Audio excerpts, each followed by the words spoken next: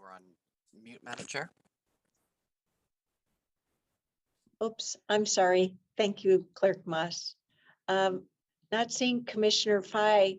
I wonder if she might have made the same mistake I started to make, where I clicked on the Board of Commissioners meeting before, and then I caught my mistake for checking the Housing Authority.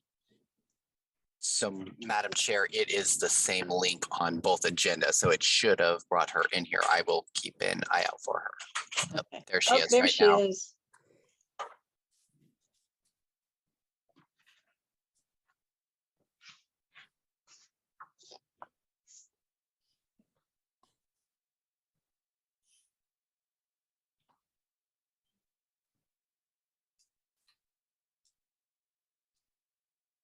Oh, and there's Commissioner Rogers. Okay. All righty, Commissioner Fye, there you are. Okay, so let's get going. Today, March 1st, 2022, Housing Authority Board of Directors, Clerk Moss. Thank you, Madam Chair. Washington County Board of Commissioners now meeting as the Housing Authority Board of Directors for this March 1st, 2022 meeting. Director Savara. Here. Director Roper. I'm here, but I don't know. Showing my face. Like I'm messing with the settings, but I'm here. Thank you. Thank you, Director Roper. Director Fye. I'm here. Director Willie. Here. Director Rogers. Here. Director Harrington. Here. And I'll announce Director Treese is attending another meeting and is excused. Thank you. First item on today's agenda is public communication. Clerk Moss, do we have anyone who would like to address us today? Madam Chair, we had no one signed up. Would any of our attendees like to provide public comment to the Housing Authority for up to 2 minutes? Not seeing any hands, Madam Director. All right, we'll move on then to today's consent agenda, which consists of one item, approval of the minutes for our January 4th, 2022 meeting. What are the wishes of the commission? A motion. We have a motion from Director Roper. Do we have a second? A second from Director Savara. All those in favor of adopting today's consent agenda, please vote by raising your hand or saying aye. Aye. Thank you. Any opposed? The motion carries unanimously 6-0. Next on our agenda is a presentation. We've talked before about the Moving to Work program. Our staff was successful in seeking the provisions from our federal government for us to sign up and participate in that program. And now they're here to talk about the activities for the annual plan. So welcome to Director Kalivar, Assistant Director, Mr. Kreitz, as well as to Ms. Sansala of our wonderful housing staff. We'll turn it over to you. Good morning, Chair Harrington and Housing Authority Board of Directors. For the record, my name is Komi Kalivar, Housing Director. We are here and very excited to present the Move to Work MTW activities for our annual plan. Before I turn it over to Josh Kreitz and Melissa Sansala, I want to say that we have worked very hard to apply an equity lens to this MTW work, and we with an eye to address any disparate impact by race, ethnicity, disability, household, and other factors. So this is something that we've worked with, engaged with the community, engaged with our program participants on, and we are very excited about where we are today on our tier rent program model because it is a win-win. So with that, I would like to hand it over to Josh and Melissa to walk you through the details of the presentation. Thank you. Yeah, thank you. Well, good morning, Chair Harrington and Board. It's nice to be with you this morning. Josh Kreitz, Assistant Director of the Housing Department. Next slide, please. So as you may recall, we started this journey together in 2019, and here we are now in 2022 with an actual MTW plan that we want to review with you. We're not asking for approval today. We just want to review the initiatives. So again, Moving to Work is a HUD demonstration program. It's very competitive. Up until about a year ago, there's only 30 MTW agencies, but Congress asked to expand it. So as you can see, we had the opportunity to apply for and receive. And again, it was extremely competitive. Next slide, please.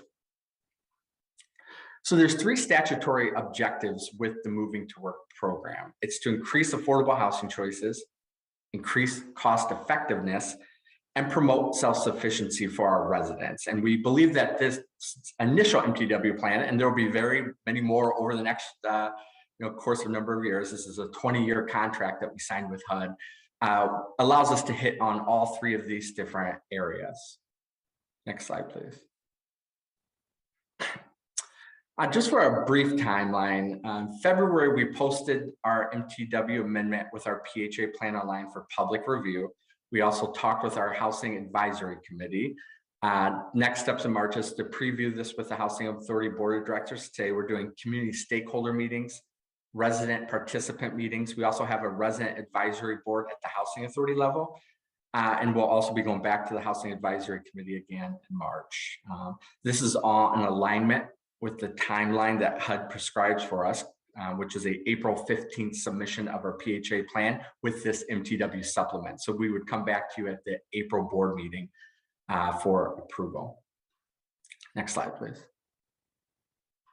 So this is the slate of our 2022 MTW activities. We're going to go into a couple of these in depth, but we have a tiered rent program. And as you may recall, this is a mandatory program that we signed up for when we signed the contract with HUD. The rest of the activities are rent simplification initiatives, the triennial reviews for seniors and people with disabilities, HQS inspection processes, a local project-based voucher program, voucher set-aside program, and strategic waitlist are hitting on those other 3 initiatives. Again, cost effectiveness, helping our residents towards self-sufficiency, and just reducing burden overall on our residents.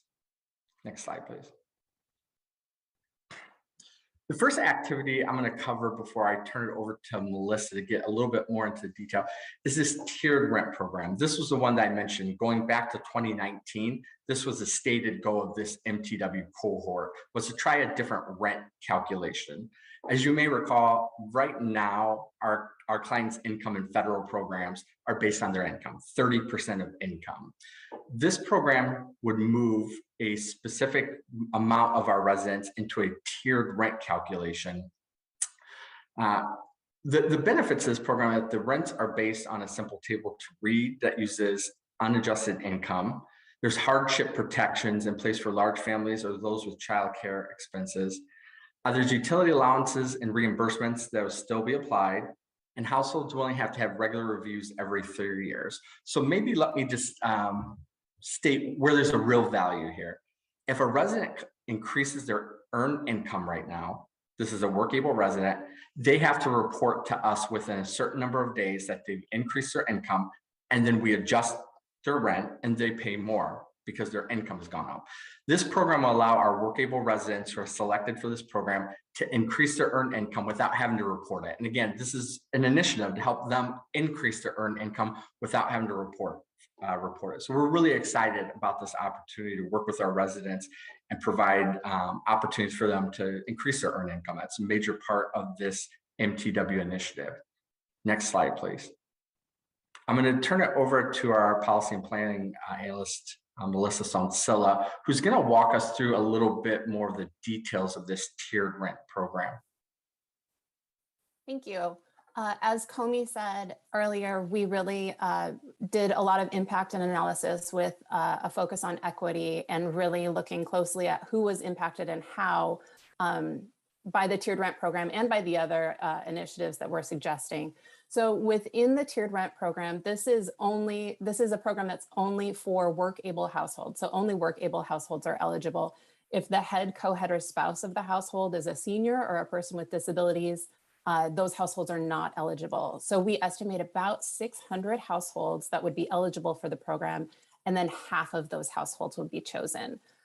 This right here, this slide is a breakdown of impact of the 600 eligible households. And we see that right now, about 70% of our households would see no change in their rents, or they would see a rent decrease.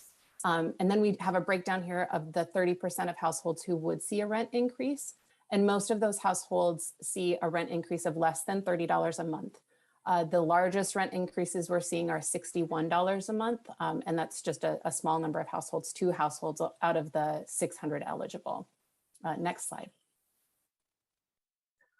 So again, when we were focusing on equity and really looking at the breakdown, we saw that because households are having their rent calculated on gross income without deductions, they're no longer receiving deductions for childcare expenses or for dependents. A lot of our households were seeing large rent increases based on the way this program was originally written. So originally this program was written based on 30% of income. The tiers were still based on 30% of the household's income. And at that time, you see in the top line that we saw 72% of households were seeing an increase. We looked at those results and we went back to HUD and said that we were uncomfortable with this. Specifically, we saw large increases for our larger households. Households with 5 or more dependents were seeing really big increases because they were losing those deductions. And in our community, those households were more often families of color, specifically Hispanic families or Black or African American families. So our agency, along with the other agencies participating in the tiered rent program, came to HUD and our research company, MDRC, and expressed that we weren't okay with this. And together we negotiated and moved the rent calculation down to 28%. So the calculation is now based on 28% of the family's income. And right away that created almost the inverse. Now we see 70% of families are seeing a rent decrease or no change, and 30% are seeing rent increases. However, we still saw in our community that we still had disparate impact based on the larger family sizes, and again, disparate impact by race and ethnicity. So as an agency, our agency only, we are also implementing a hardship policy for larger households with 5 or more dependents, that caps their rent increase due to the program change at $30. So those households with 5 or more dependents will not see more than a $30 increase in their monthly rent due to this program change. And this was really, again, our work at looking at this with an equity lens and making sure that this is something that we could feel comfortable with moving forward. Next Melissa, slide. I just want to stop for just a second and pause there, because Chair Harrington and Board of Directors, we talk a lot about values in our department and what are our values as a department, how they align with the values as a county. And when we went to HUD, we spoke very clearly about what our values were. And when HUD proposed this and we did our analysis, which we immediately applied to all the policies, our values came into play here. What are we willing to move forward with, and what are we not willing to move forward with? And eliminating or drastically reducing the disparate impact, I think it really shows the commitment of this department, and it just happened automatically. So I just want to state that really, really clearly. I'm really proud of the way that staff engaged on this work, and we pushed back at HUD and DC on the policy to get it to a place where we felt really, really comfortable with. Thanks. Thank you, Josh. Thank you. So that's the tiered rent program, and it's a big program, a big activity for us policy-wise, because it has a lot of aspects. Again, it will only affect about 300 of our residents, but it's something we're really focused on being super transparent and lots of communication about. So I'll walk through the other activities now. Again, these other activities are separate from the tiered rent program, and these are activities we're implementing as part of MTW. The first one is our rent simplification initiative, where we're vastly simplifying a few different aspects of how rent is calculated. Specifically, we're changing the income verification hierarchy, where we're raising self-reporting and bringing in pay stubs over third-party reporting, having to call an employer, get them to fill out a form, that sort of thing. We're also simplifying the way we calculate assets and medical expenses. The assets in particular are a really good example of how this simplification is really important. When we looked at the 2,000 families, more than 2,000 families that we had reporting assets, we found that the average impact was $3.50 by household by year. That was the entire impact of calculating all these assets and verifying them and bringing in all the paperwork. And so we're simplifying that and moving forward. Only if a household has assets totaling more than $100,000 will we include that in their income. And that's a way we can still make sure that we're including large assets and income, but really simplify the program for both staff and residents. For medical expenses, we're going to use a simplified table. Really what the table does is it rounds medical expenses down to the nearest $1,000, and that's your deduction. The current calculation is really complicated. There's a threshold that's calculated for each individual household, and you only get to deduct medical expenses over that threshold, and you need to bring in all your receipts. So we're really simplifying that. Also, if households have less than $5,000 total in medical expenses, they can self-certify that without bringing in all that extra paperwork. One of the other big simplifications for our rent initiative is simplifying the calculation for mixed eligibility families. A family is considered mixed eligibility if one or more of the household members are not eligible for citizenship. So we currently have 46 households in our community who are considered mixed eligibility. The vast majority of those have one person in their household who's not eligible for citizenship. 4 of those households have 2 people. The current calculation is a proration of assistance that's based on the number of people in the household, how many people are eligible, and how much assistance you're receiving. And it's very complicated. So instead, we're simplifying it, and it's just going to be a $100 reduction in assistance, regardless of how many people are in the household, how many people are ineligible, or what the assistance level is. And the last simplification is a phase out of our earned income disallowance program.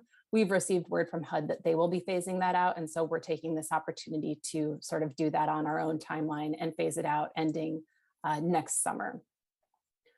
So that's kind of a big one. The other ones, the triennial reviews for seniors and people with disabilities. This is a population in our community that does not have big changes in income year to year. And so we'll move them to having reviews every 3 years. We'll still do COLA adjustments, let them report medical expenses once a year, adjust utility allowances, all of that stuff kind of on an automated basis once a year, but they will only have to do their full reviews once every 3 years. And we estimate that about 1,300 households will be eligible for that triennial review schedule, and staff will save about 900 hours a year in not having to complete those extra reviews. The 4th activity is the HQS inspection process. That's our unit inspection process. And we're just implementing 2 simplifications there. One of them is the moving on program. So we're going to waive the requirement for an extra unit inspection if a household is moving from permanent supportive housing to a voucher program and staying in the same unit. If they're staying in that unit, they've already had their inspection. We don't need to come in there a second time. And then the second activity for that is eliminating the requirement for a third-party company to come in and inspect units that we own that are served with a tenant-based voucher or a project-based voucher. Then we have our local project-based voucher program, number 5 there.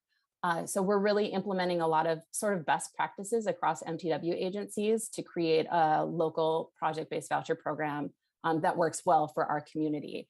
And it's a variety of things, mostly administrative things. We're eliminating the requirement for a third party to conduct rent reasonableness in units that we own. We are going to allow for pre-qualifying inspections so we can inspect the unit up to 90 days before the household actually moves in.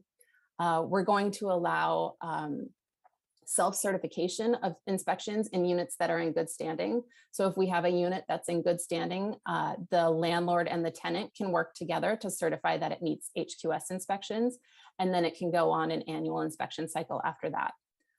We are increasing our program cap up to 50%. So that means that the total amount of vouchers that we could project-based could go up to 50%. And we're increasing the project cap. So that's the number of PBVs within a particular property or project up to 100%. Melissa, Uh-huh. I just want to stop really quickly so the board understands. This is actually a really big deal. Project-based vouchers are one of our strongest tools in our community to leverage affordable housing development. We need project-based vouchers to help a lot of our nonprofit partners and for-profit to get affordable housing on the ground. This is a really strong tool, and HUD caps us at how many of our voucher allocation from the federal government we can use. So that's just baseline. MTW allows us the flexibility to increase that baseline so we can project base more of our voucher allocation that Washington County receives. This is a best practice that's been used across the country with MTW agencies. And again, it allows us to spur more affordable housing development because we have the ability to project base the vouchers out in the community. So I think that this is a really big initiative. And again, MTW, increase affordable housing development. That's one of our goals. Josh, I really appreciate your trying to make sure that I internalize this.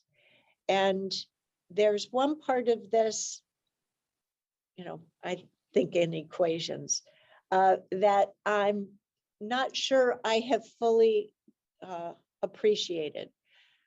So I think I understand how using this program allows for that further flexibility to apply the project-based vouchers for maximum effect, if I can call it that.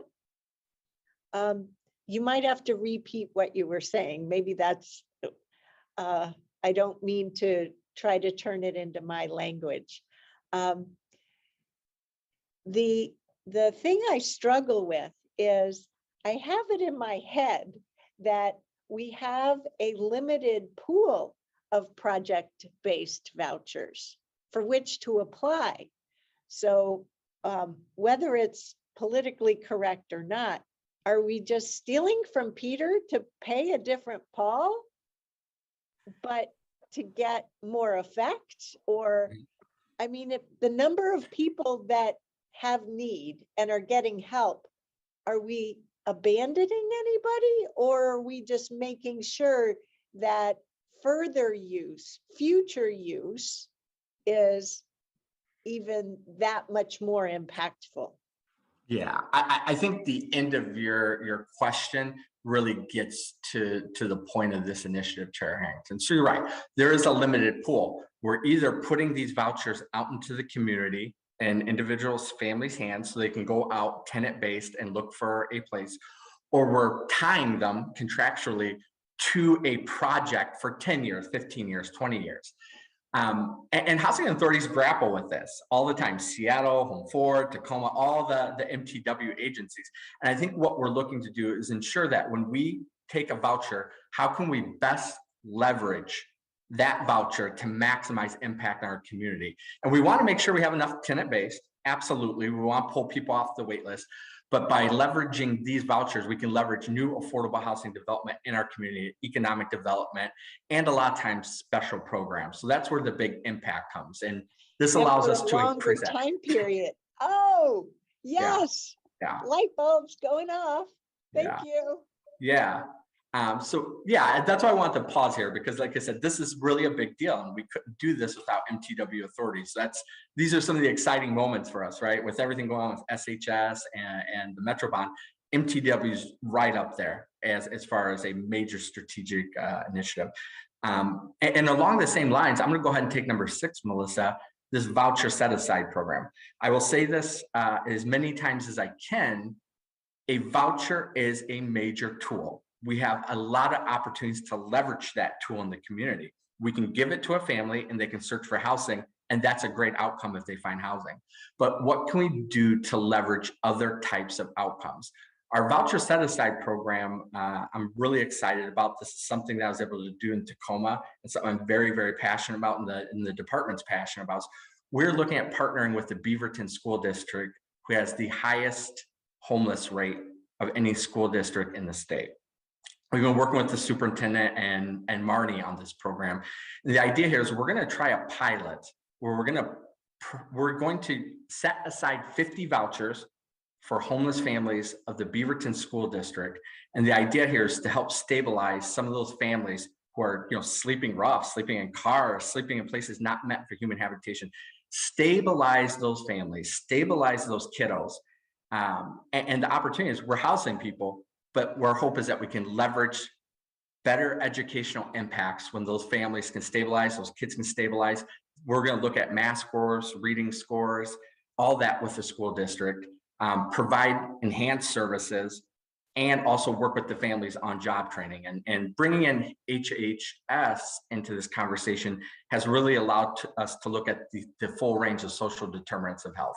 We're going to ensure that all these families are signed up for Medicaid and they have full access to primary care and behavioral health care that they may be lacking. So we're really excited about this. We're working out the details with the Beaverton School District. We're hoping we'll be able to launch something at the end of the summer upon MTW approval from HUD.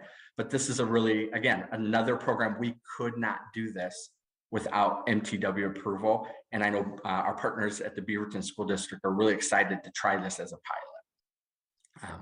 I'll push this to Melissa if you want to hit on point 7. Sure. So along with what Josh just described, as part of that, this is like the boring part, the policy procedure part. We're going to employ strategic wait lists for programs like this. So right now, following HUD guidelines and statutes, we have to do wait lists a certain way. And really, the whole goal of MTW is to just be strategic in how we administer all of these programs, all of these resources in our community and for the people who need them. And one of the ways we're going to do this is be strategic with how we select people. So we might do this through a referral process, which is probably what we'll do with Beaverton School District. We're working with their McKinney-Vento folks, and they will identify and select the people who fit this program. So instead of having to put them on a wait list and then select them, it would be a referral process.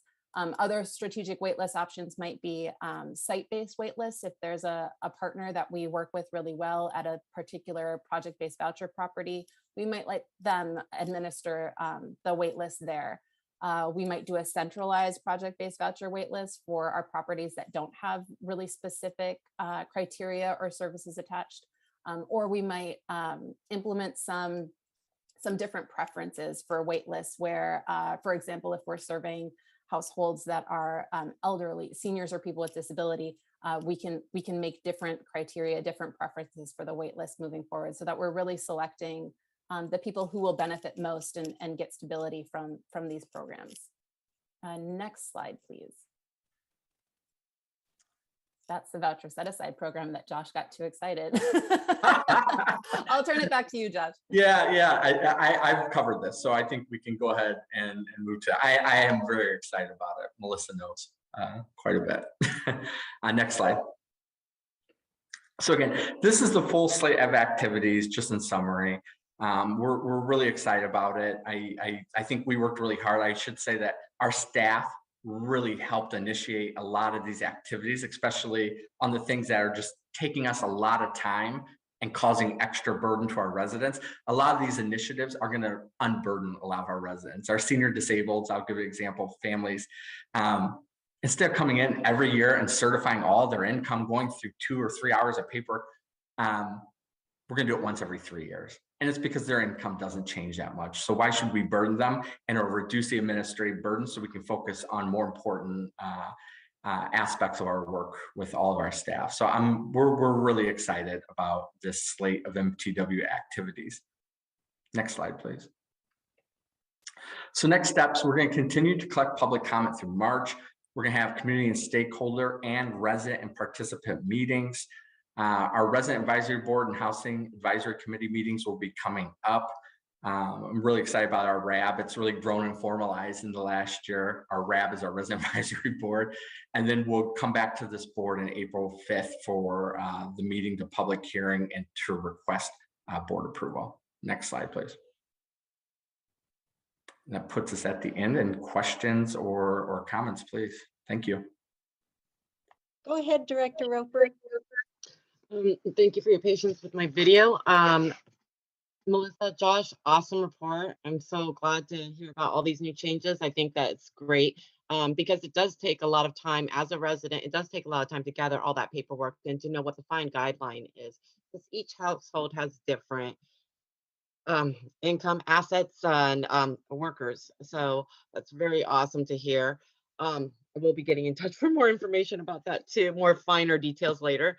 And I'm glad that you guys are excited. I see great things happening for families with these with moving to forward um, programs. And there was a point on, I think it was the Beaverton. Oh yeah, I don't know what number on the tier, but yeah, that is great. I wish we had something like that 10, 15 years ago. I know so many families currently, and I know from experience, utilizing the McKinley Veto Act, that it was a struggle, and you could see the difference in children's school production because they're stressed, and to alleviate that, and so they could focus and get better grades and feel comfortable and not feel like embarrassed is huge. I mean, it does impact them besides the ACEs score and everything else that we count on. So I know that it might be embarrassing for families to do the surveys and stuff, but I'm so excited to hear about that. I can't wait to hear more in the future. Thank you. Other directors, Director Savaro. Hey, yeah, thank you all so much for the presentation on this. I've been really kind of eagerly looking forward to seeing what you all kind of cook up with within the staff. I'm really interested to hear more from the RAB and from the Housing Advisory Committee to really understand sort of their input.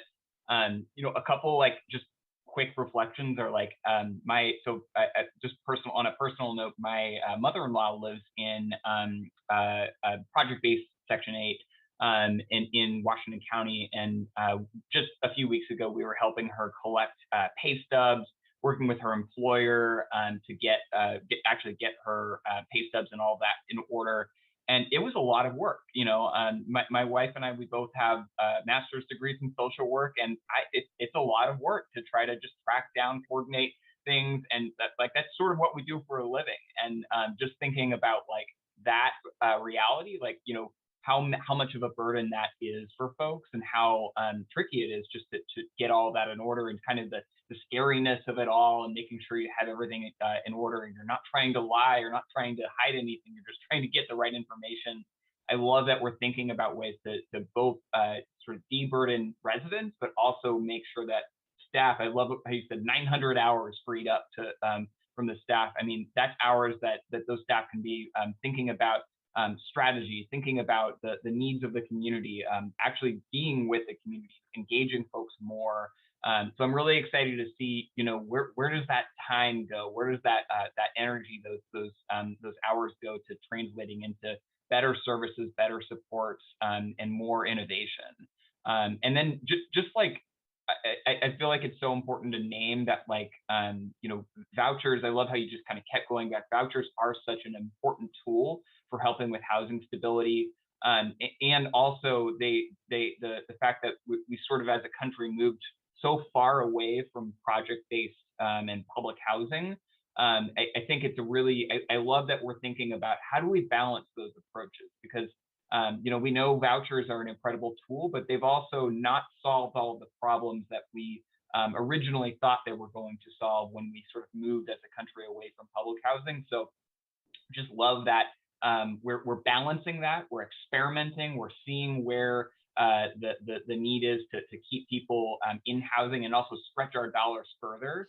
And just really excited to see the outcomes here. And then just one last comment is just, I love that you both use an equity-informed approach to how you thought about the policy solutions here, but also a data-informed approach, that you're looking at the data to drive your decision. So just encouraging you all to keep doing that, because I'm sure this isn't going to be the last time you change these policies. They should be iterative. They should be experiments. They should be things that if we realize that things aren't working how we want them to work, let's change. Let's go back to HUD. Let's go back to our residents and pivot. So just love that you're thinking about those pieces and bringing in our values and bringing in both an equity and a data-informed approach. So keep up the good work, and really excited to see how things are moving ahead. Commissioner Rogers, Director Rogers. Thank you. Yeah, Comey and Josh, good work. Melissa, I didn't mean to ignore you. I know you had a role in that as well. As always, I always appreciate creativity.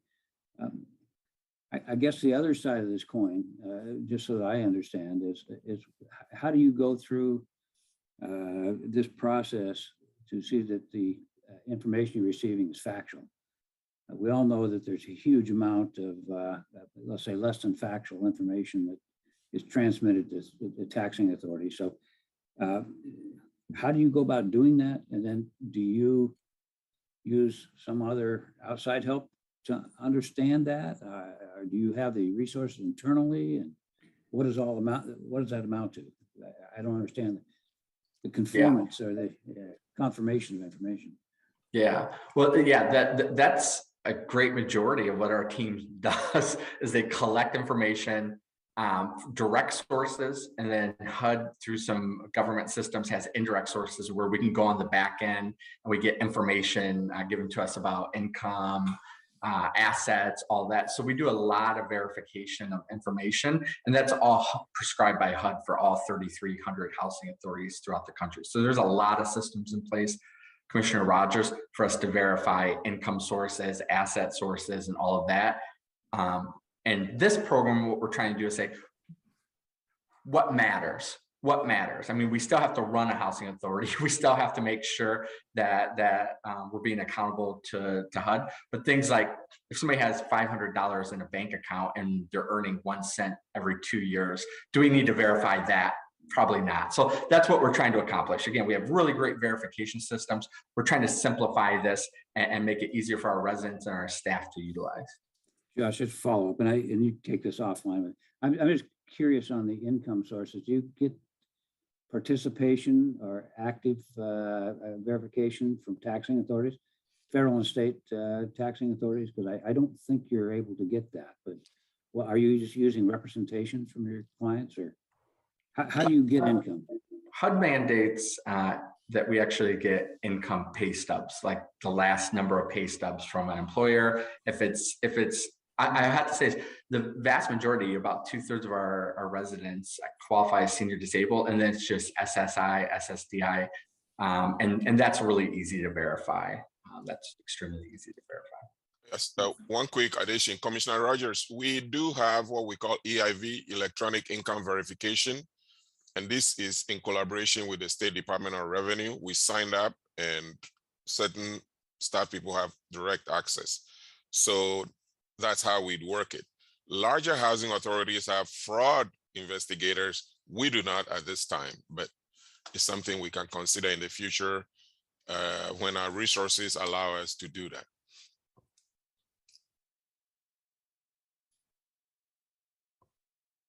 Are there any other board? Go ahead, Director Roper. I was just gonna tell Roy that I do have a separate file that I save exactly for housing authority, that I save all my pay stubs. I save them for 5 years just in case.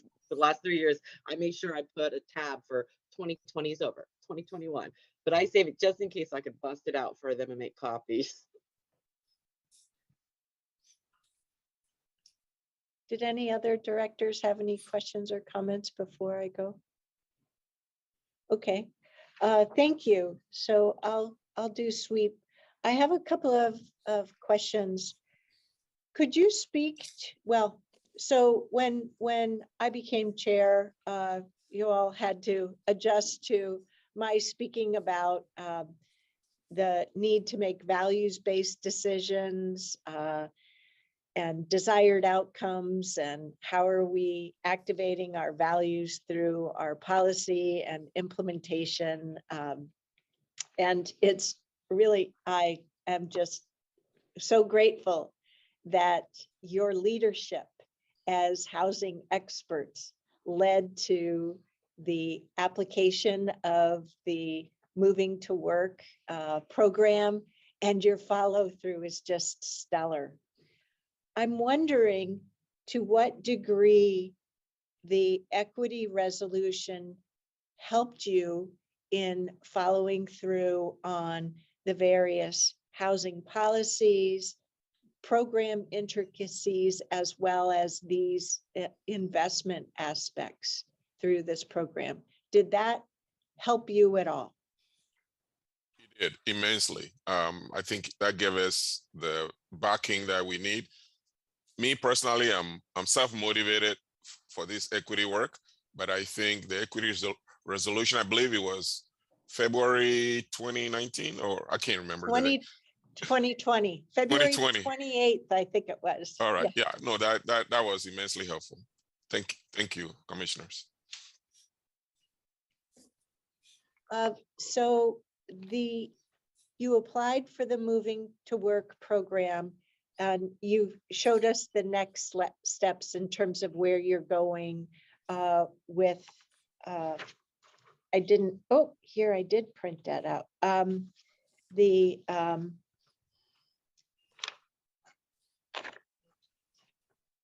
Sorry, I need to reference my notes. So you have these, am I correct in referring to them as your annual programs? Or is this an overall strategy for the whole thing? This is our, this year, what you're seeing is the first 7 activities. Right, okay. So what I'm trying to get to is, and I'm thinking out loud, so sorry I didn't thoughtfully form my question ahead of time. So you applied into a highly competitive process, and it lasts at least 5 years, right? Our contract with HUD for this is 20 years. Oh, okay. So by virtue of succeeding through that very competitive process and your excellence for your whole department in following through all of this per the HUD requirements in the process, is this a program that is in any way at risk with a change of leadership on the board of directors, or is this something where the feds say, you know, no, you're doing stellar work and keep going with it? I feel like the fact that we have the contract in place makes it pretty, we're pretty locked in. There was one thing we absolutely had to implement, and that was the tiered rent program, which obviously we'll bring to the board in April. But after that, it's really our ability to talk to our residents, talk to our staff, talk to our community, our board, our advisory committees, and bring forth initiatives that meet those 3 statutory objectives. And that's what staff now and into the next 20 years will be doing, is bringing these forward. And the board will always have the opportunity to say, no, that doesn't align. But what the actual MTW contract is good for 20 years. And I would say one thing I would mention is it also helps us if there's changes in the federal government, as far as like the way the federal government's operating, funding. MTW Authority gives us a lot of cover if there's ever things around cuts and things like that, because we have flexibilities we can implement that the rest of the country just won't be able to. Okay. Well, I'm comforted to hear that, because there has been some community limited but vocal community pushback with regard to operationalizing racial equity. So I really appreciate the input on that. Thank you. All right. Well, great presentation. We look forward to the next steps and the action as you enumerated. So great. Well, we have a different action before us today, and it is to consider and approve a resolution in order to amend the loan agreement that we have with the county agency for full faith and credit obligations. So I'd like to turn it over or back to Director Kalevar. Yes, good morning, Housing Authority Board of Directors. We have a request for you to consider a loan agreement with the county. The Housing Authority is a component unit of the county, but brief history, 2008, 2009 recession, Housing Authority had outstanding bonds with very, very high interest rates. So the county thankfully stepped up with its full faith and credit, a very good credit rating to refinance those bonds. They were 28 million. Fast forward 10 years, Housing Authority successfully paid the debt service all over those years, plus keeping a debt service reserve of 1.7 million. So 2019, those bonds were refinanced. We originally were hoping to include a rehab as part of the refinance. That didn't pan out. Plan B was to take out 3 properties out of the bond collateral for rehab. During the 2021, City of Tigard informed us, well, we were aware we wanted to address one of our properties in phase 2 of the rehab, but based on complaints and from citizens to the city to county administration, we decided to add a 4th bond finance project to the list. It's called, the old name was called the Colonies. Part of the action the citizens requested was that we change the name. So the name has been changed to the Ridge at Bull Mountain. So this action, we want to add the Ridge to the bond, to the rehab, which is removing that from the collateral to the bond. There was 10 properties in the original 2009. There remain 6, but this action will add a Ridge to our portfolio.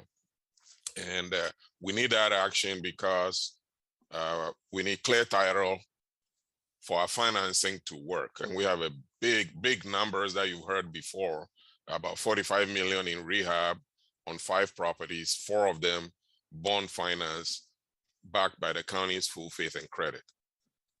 So that is the action before you. There's other things such as bond defeasance that we are meeting with bond counsel and county finance, that about a $24 million bond, about half of it will be paid down, or a little less than half, about 11+ million will be paid down at closing. But we need this action to get us to where the investors will be comfortable to pay in at closing, and then we pay the county. So that is the action, and for your consideration today. And the resolution and order was drafted by County Council, and it's 2 pages. It's very succinct, so I urge you to approve. Thank you. So if I might summarize and reconfirm, we're removing certain properties as collateral, but all of the remaining properties that serve as collateral can carry the extent of the financing need and obligation that this bonding requires, correct? That is correct, yes. We have not missed a payment in 10 years, and we have reserves. And there will be a new debt service schedule because of the pay down, but we have experts working on that. And the bondholders will be made whole. There you go. So the county's credit rating would not suffer. Thank you for covering that, Director Calavar, because not only has the staff of the Washington County Housing Authority had to convince our Washington County Agency Finance and Legal Beagles, if I can fondly refer to them as that, but they've also had to convince outside bond counsel, which is another really dot the I's, cross the T's, very detailed oriented group and a high standard to meet. So I thank you very much for all of that due diligence to help figure out how we can move these needs forward into action for the benefit of our community. So directors, we're looking for a motion to approve this resolution and order. What are your wishes? A motion. Moving a motion from Directors Roper and a second from Director Savara. All those in favor, please vote by raising your hand or saying aye. Thank you, directors. Any opposed? The motion carries unanimously 6-0. So onward ho we go, and those projects can move through the pipeline, and we can get all those properties rehabilitated, renovated for better living conditions. So that's really exciting. Thank you, directors. Thank you for your support. Clerk Moss, we're now to the second opportunity of public comment. Thank you, Madam Director. We do not have anyone signed up. Would any members of the public like to provide comment to the Housing Authority for up to 5 minutes? Please utilize the raise hand function.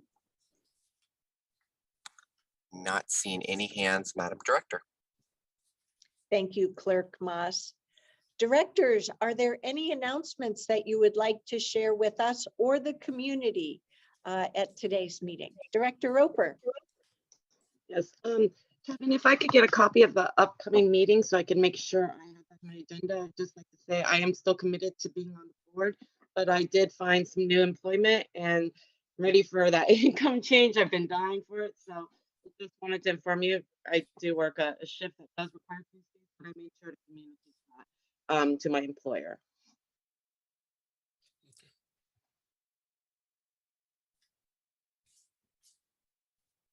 Thank you, Director Roper. And Clerk Moss will make sure that you have not only clarity for the future Housing Authority board meetings, but also full visibility into the full array of our rolling agenda planning as we serve as the Board of Commissioners for Washington County, as well as the Board of Directors for Clean Water Services. But yes, you've been stellar on this committee, and your service on this board is greatly appreciated, as well as for Director Savara. You bring great expertise. Thank you, Chair Harrington. And sorry for popping in last month. I totally thought there was a meeting and I was like, oops. You did fine. You did fine. And congratulations on your new employment. That's wonderful news. Anything else, directors?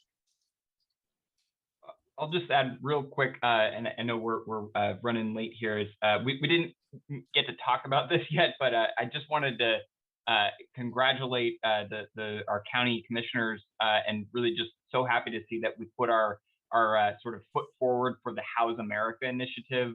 That was just really exciting, I think, for me to just see us get involved in this sort of national initiative to really think about how we really grapple with homelessness here in our county. So just hats off to our elected officials on the board here that you all were sort of had that vision to move that direction.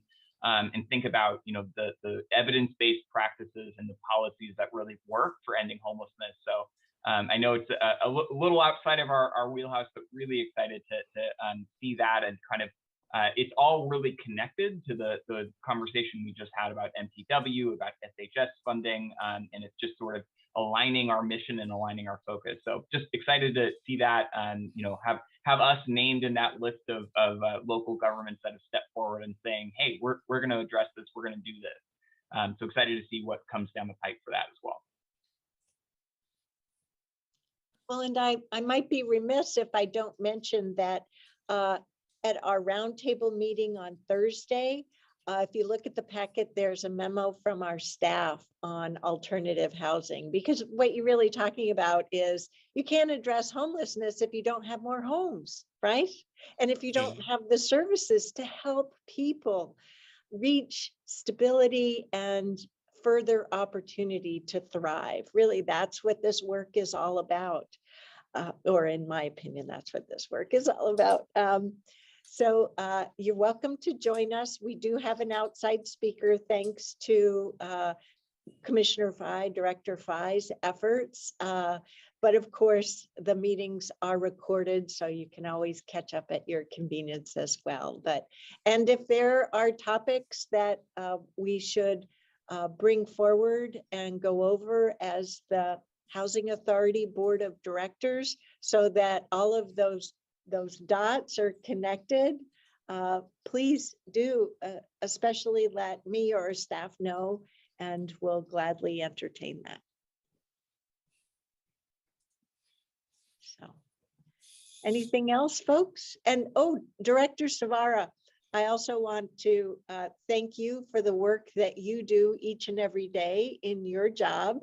You know, the state has been doing tremendous things to help us and our community members follow through, you know, emergency rental assistance, new advanced programs and policies, and just the stick-to-itiveness of staff is just wonderful. So thank you.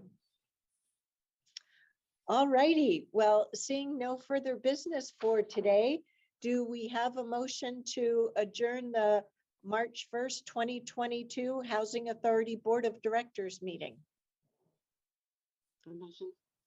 We have a motion from Director Roper. Do we have a second? We have a second from Director Savara.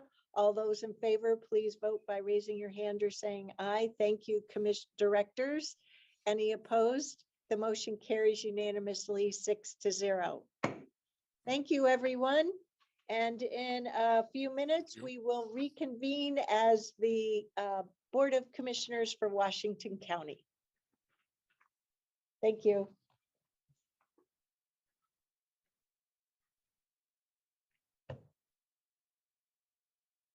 I'll just wait until Clerk Moss gives me the go-ahead. We are good to go, Madam Chair, as we just combine these two to keep going. Okie dokie. Thank you. So, good morning, everyone. Welcome to the March 1st, 2022 Washington County Board of Commissioners meeting. Clerk Moss. Thank you, Madam Chair. The Washington County Board of Commissioners also meeting as the Board of Directors for Clean Water Services and all other county service districts is now meeting this regular session, March 1st, 2022. Commissioner Fye? Here. Commissioner Rogers? Here. Commissioner Vice Chair Willie? Here. Chair Harrington? Here. I'll announce that Commissioner Treese is attending a ribbon cutting and may join us shortly. Thank you, Clerk Moss. I just want to highlight a couple of very brief changes to the agenda for today. We have added an additional item under proclamations to approve a proclamation in support of the Ukrainian people. And we have a PowerPoint presentation that accompanies the second proclamation to proclaim March 2022 as COVID-19 Remembrance Month. So the first item on the agenda is public communication. Clerk Moss, do we have anyone who wishes to speak with us today? Yes, Madam Chair. First up, we have Dale Feek. Dale, can you hear us? Yes, Kevin, can you hear me? Yes, we can. Please go ahead for up to 2 minutes. Thank you. I'm Dale Feek, Chair Harrington and County Commissioners, Chair of Washington County Citizen Action Network. I sent you an email in a follow-up to the email I sent you before having to do with landfills, and I'm getting information from DEQ, the permit writer for Hillsborough landfill, and he gave me a lot of links, and I'll share those links with you as I get factual information from them, and other agencies. So I will do that. So anyway, you have the email that I sent to you, so please take a look at it. I just listened to my wife asking me to watch Stephen Colbert, and she watches him for information, but also sometimes for reaction to the news. And CNN appointed a new president, and the president was on his show, and this is what Stephen Colbert said about that new president. I quote, "There are bosses, then there are leaders. Bosses tell you what to do. Leaders work as hard as they can to do what needs to be done. And as I've observed you as leaders, as county commission leaders, and observed you in field trips, work sessions, many things, even before Chair Harrington, you were elected, I did it with Andy Dyke. And so I've been involved in this quite a while with county commission business. And so I just want to compliment you, Chair Harrington, for your leadership and what you've done as the elected leader of this board. Because I see you as a leader, just not, and not as a boss. But also I see that true of you, Diane Taniguchi Dennis, and also of you, Tanya Angie, even though you're on board later. And so the staff, I just want to compliment you as leaders, call you out for it, and say you're all doing a good job for the welfare of Washington County. Thank you.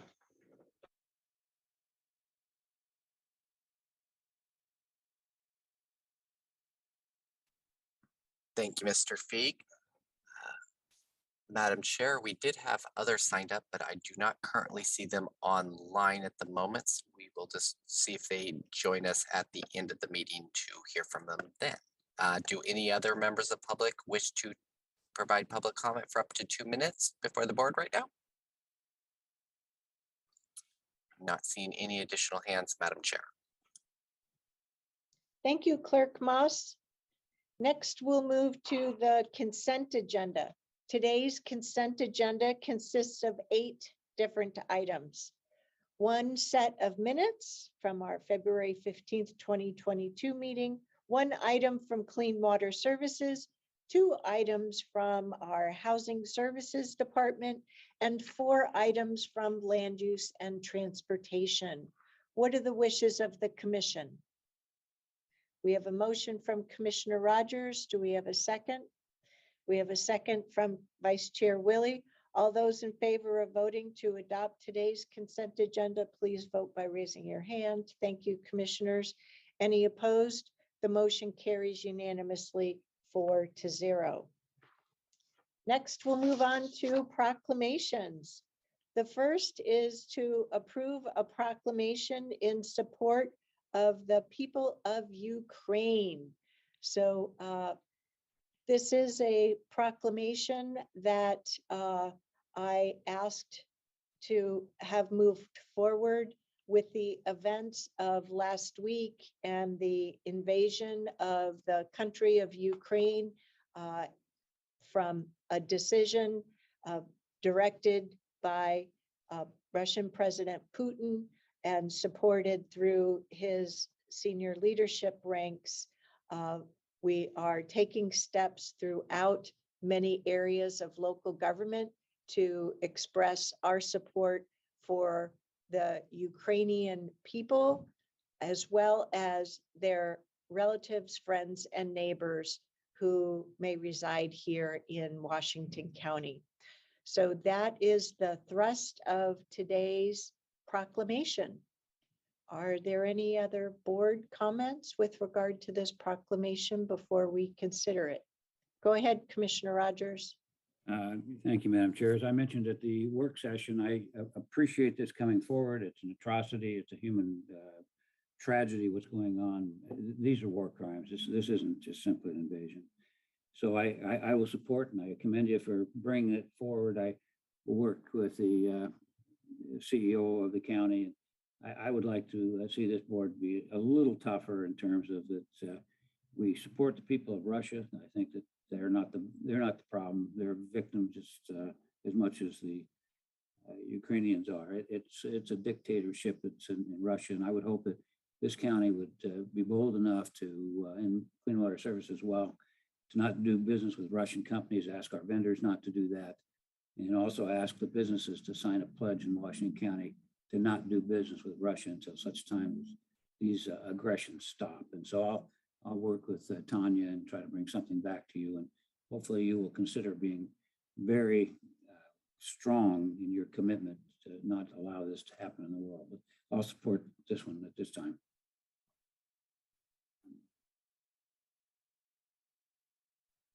I would appreciate if, as you move forward with that, if you could be sure to touch bases with Carly Ryder of Intel to make sure, as you're suggesting, in asking businesses to stop doing business in Russia. And I say that based on my personal experience as an Intel employee, working with Intel software developers in Russia for my product line and traveling there at least on a quarterly basis myself for a good couple of years. So just want to make sure that we're not putting our own resident companies at risk without knowing more about what they have going on. So thank you. So what are the wishes of the commission with regard to today's proclamation? We have a motion from Commissioner Rogers. We have a second from Commissioner Fye. All those in favor of adopting this proclamation, please raise your hand. Thank you, commissioners. Any opposed? The motion carries unanimously 4-0. Next, we'll move on to our second proclamation to proclaim March 2022 as COVID-19 Remembrance Month. Boy, we've come a long way since the first case of COVID here at the very end of February 2020 and our very first emergency declaration. So I'll turn it over to our Interim Director of Health and Human Services, Ms. Mira Samantel, and to your staff. Thank you so much, Chair Harrington, Board of Commissioners. We're so pleased to be here today. Thank you for taking the time to declare March 2022 COVID Remembrance Month. We have an excellent panel of staff here today that will be sharing our presentation with you. So I will go ahead and turn it over to Marie Bowman Davis, our Public Health Division Manager. Thank you, Mara, and thank you, commissioners, for having us here today. I will start by reading the board agenda item, and then I will turn it over to Genevieve, who will lead the presentation, and then transfer it over to our colleagues for the proclamation. Monday, February 28th, 2022 marked the 2-year anniversary of the first case of a highly contagious and deadly new strain of coronavirus, SARS-CoV-2, causing the disease named COVID-19, was identified here in Oregon, here in Washington County. As we have continued to face challenges posed by the pandemic, we have also continued to work in partnership across government, business, community-based organizations, education, faith communities, and with community members to maintain the health and well-being of our community.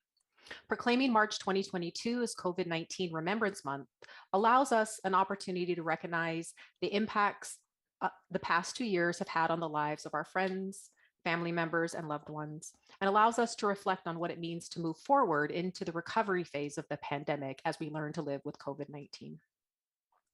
As we mark the 2-year anniversary of the first case of the COVID-19 disease here in Washington County, we also want to take the opportunity to recognize our community-based organization partners who have worked tirelessly throughout the pandemic to help ensure the health and safety of our community. These organizations have helped to provide testing, vaccinations, and wraparound services to our most vulnerable community members. I'll now turn it over to Genevieve Ellis. Good morning. My name is Genevieve Ellis. I'm the Equity and Community Engagement Coordinator for Washington County Public Health. Today, as Marie said, we acknowledge the 2-year anniversary on February 28th of the first case of COVID-19 in Washington County in the state of Oregon. We honor the 503 Washington County community members who've lost their lives. However, we also know that many lives have been spared through the tireless work of our community partners and our public health staff. Today, we also want to celebrate those partnerships. Next slide, please.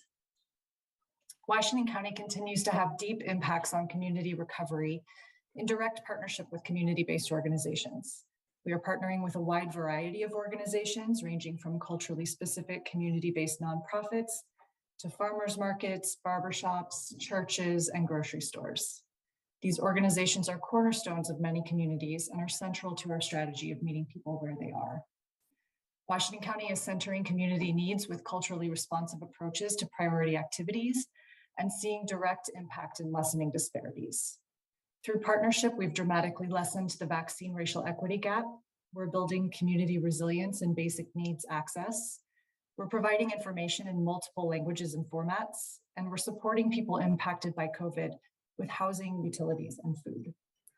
The direct community outcomes we're seeing have been a result of Washington County's partnerships with 24 community-based organizations in providing these services through a combination of ARPA and vaccine funds. Next slide, please. COVID-19 vaccines are a life-saving tool, and they are dramatically slowing the spread of the virus in our community. In our efforts to center vaccine equity, we've worked with a variety of partners, including culturally specific organizations who helped identify the best places in the community to host vaccine events. Our Medical Reserve Corps has worked tirelessly to make sure we have enough vaccinators in our community. And organizations like Living Islands, Leo OFA, and many others have provided hot meals, food boxes, music, resource tables, community-led events that address social determinants of health, allow us to reach people that otherwise would not have access to vaccine. Additionally, organizations such as We Care have been working with local minority-owned businesses to make sure employees have access to vaccine events and information in their preferred languages. Next slide, please. Community-based organizations have been innovative in how they promote resiliency and help their communities recover from the pandemic. For example, Adelante Mujeres has been supporting local farmers and promoting healthy food through their Farm to School program. The Korean Society of Oregon has brought together older adults for communal meals, educational classes, and programming to address social isolation that worsened during the pandemic. Many organizations have partnered with public health to offer vaccines or education to community members that would not otherwise have been connected. Next slide. You can see here many examples of partnerships, including a communications campaign led by Centro Cultural to encourage people to get vaccinated, as well as a visit from Governor Brown to a vaccine clinic at a farmer's market hosted by Adelante Mujeres. As guidance continues to change, CBO partners are able to share information with their networks in over 25 languages to support public health response efforts. Next slide. Last, Washington County is working with 31 community-based organizations to provide support with housing, utilities, and food to people in isolation or quarantine. This program focuses on connecting people to organizations that can provide culturally and linguistically responsive support. Since June 2020, over 8,000 households in Washington County have been supported by these partners. The focus of the program has been on reaching and serving BIPOC communities, and close to 70% of the households served have identified as Latinx. Next slide.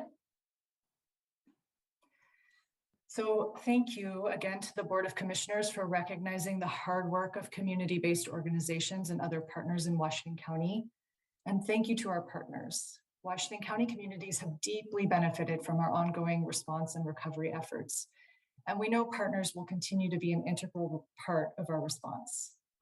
So today, as we honor the lives lost, we also celebrate the incredible work that's been done. And we will not achieve full health equity in Washington County without continued support and partnership. Thank you. And next, I will introduce my colleagues, Jenna O and Eva Aguilar from Washington County Public Health, who will read the COVID-19 Remembrance Day proclamation in English and Spanish. Jenna, I will pass it to you. Thank you. I just realized I'm having trouble turning on my camera for some reason. Oh, okay. Now I believe I have the permission to start my video. I'm still not starting. So I'll just go ahead and get started. Hi, everyone. I am a senior program coordinator at Washington County, and I am really thankful for the opportunity to remember all the partnerships and acknowledge the work that we did together. So if it's okay, I'll go ahead and read the proclamation. So today, on March 1st, whereas in December 2019, a highly contagious and deadly new strain of the coronavirus SARS-CoV-2 causing the disease named COVID-19 began to spread globally, prompting the World Health Organization to declare a pandemic in March 2020. And whereas Washington County reported the first case of COVID-19 in Oregon on February 28, 2020, initiating public health and emergency response activities across the county. Whereas we honor, commemorate, and remember the 503 Washington County community members and 9,116,977 U.S. Community members, family members, friends, and loved ones who have died from COVID-19 since the start of the pandemic. Whereas individuals, families, and communities continue to experience struggle, loss, and survival at an unexpected scale through loss of employment, missed significant life milestones, canceled cultural events of significance, and dramatic shifts in day-to-day life.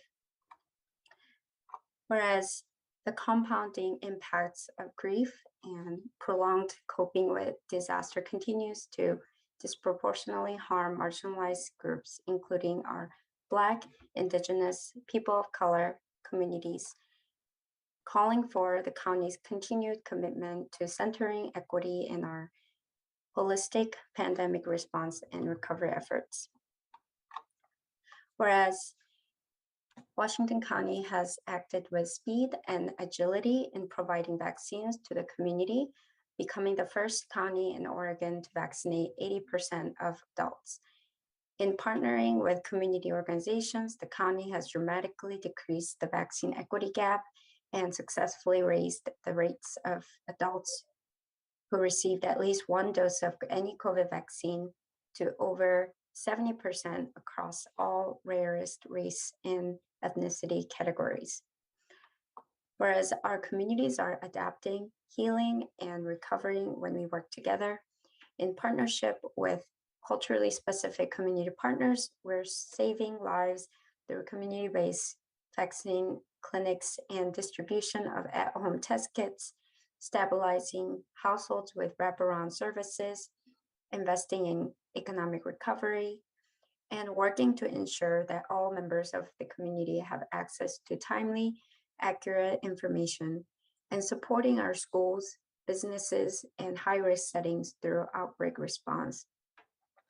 Washington County is a recognized leader in relying on science-based public health measures to keep our community safe and healthy, and a nationally recognized leader in using data, evidence, evaluation, and authentic community engagement in decision-making for pandemic response and recovery investments, ensuring support for Washington County's path to full social and economic recovery.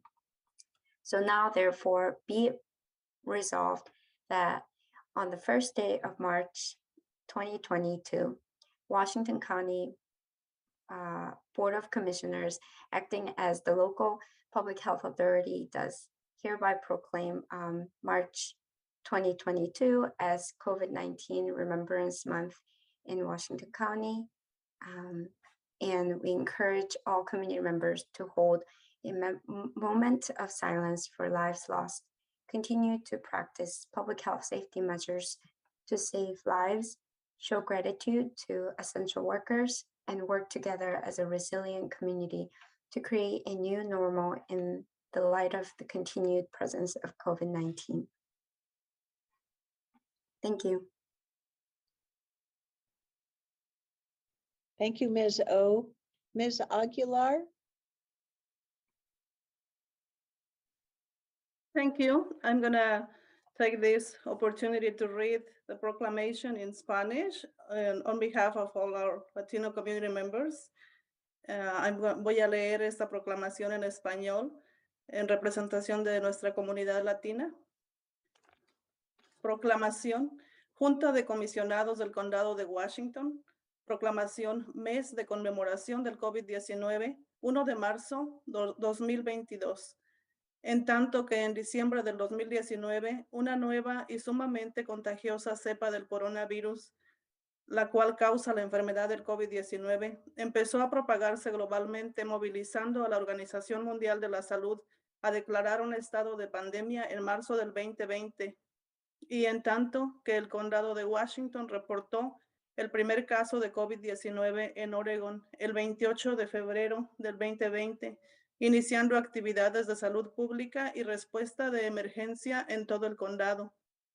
Y en tanto que honramos, conmemoramos y recordamos a los 503 miembros de la comunidad del condado de Washington, así como los 916,977 residentes de los Estados Unidos, familiares, amigos y seres queridos que han fallecido a causa del COVID-19 desde el inicio de la pandemia, y en tanto que personas, familias y comunidades siguen sufriendo contratiempos, pérdidas o dificultades a una escala inesperada, ya sea al quedar sin empleo, perderse de momentos importantes en su vida, la cancelación de eventos significativos o cambios dramáticos en su día a día, y en tanto que el impacto acumulado por el dolor o duelo y por la prolongada experiencia enfrentando el desastre sigue afectando de manera desproporcional a los grupos marginalizados en la comunidad de personas negras,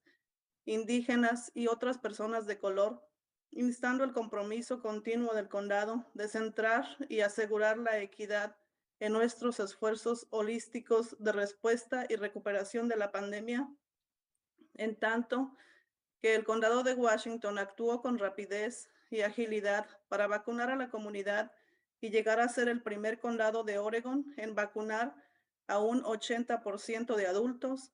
En colaboración con otras organizaciones comunitarias, el condado ha disminuido considerablemente la brecha de equidad en la vacunación y con ello ha incrementado exitosamente los índices de adultos que recibieron al menos una dosis de una de las vacunas del COVID-19 a más de un 70% entre las categorías de raza y etnia. Y en tanto que nuestras comunidades se van adaptando, sanando y recuperando al trabajar unidas, en asociación con grupos culturales específicos, se logra salvar vidas mediante clínicas de vacunación, así como con la distribución de kits de pruebas caseras, ayudando a la estabilización de los hogares mediante servicios integrales, invirtiendo en la recuperación económica, trabajando para asegurar que cada miembro de la comunidad tenga acceso a información correcta y al día, apoyando a las escuelas, negocios y entornos de alto riesgo a través de respuestas ante brotes. Y en tanto que el condado de Washington es líder reconocido por confiar en medidas de salud pública con fundamento científico para mantener sana y salva a nuestra comunidad y en rumbo a una completa recuperación social y económica, y queda pues ahora resuelto este día 1 de marzo del 2022 que la Junta de Comisionados del Condado de Washington, en función de Autoridad Local de Salud Pública, proclama por medio de la presente que marzo del 2022 es el mes de conmemoración del COVID-19. Invitamos a toda la comunidad a guardar un momento de silencio por las vidas perdidas, continuar tomando medidas de seguridad de salud pública para salvar vidas, mostrar agradecimiento a los trabajadores esenciales y colaborar juntos como comunidad resistente a fin de crear una nueva normalidad en vista de la persistente pandemia del COVID-19. Gracias. Thank you, Ms. Aguilar. So commissioners, we have a wonderful proclamation on the table. I first, before asking for a motion or voting on a motion, I wanted to see if any of you had any comments that you would like to share. Go ahead, Commissioner Rogers. Oh, sorry. I think Nafisa, Commissioner Fye was first, I believe. Thank you, Roy. I was going to say thank you for this proclamation, and thank you, more importantly, all the work that you do in this pandemic. Genevieve, good to see you again. It's been a while. I've been seeing you for a while, but I know the work you've been doing from the start, from a contact tracing time to now. So thank you. And thank you, Jenna and Eva, for reading that proclamation. I really appreciate it. It's just so ironic that we're coming to the tail end of this pandemic and we're on the verge of World War III. And as you heard the proclamations that we just did for what's happening in Ukraine and Russia. So keep up the good work. You're doing great. You're saving lives. Thank you, Commissioner Fike. Commissioner Rogers. Yeah, I would certainly echo the comments about all the good work.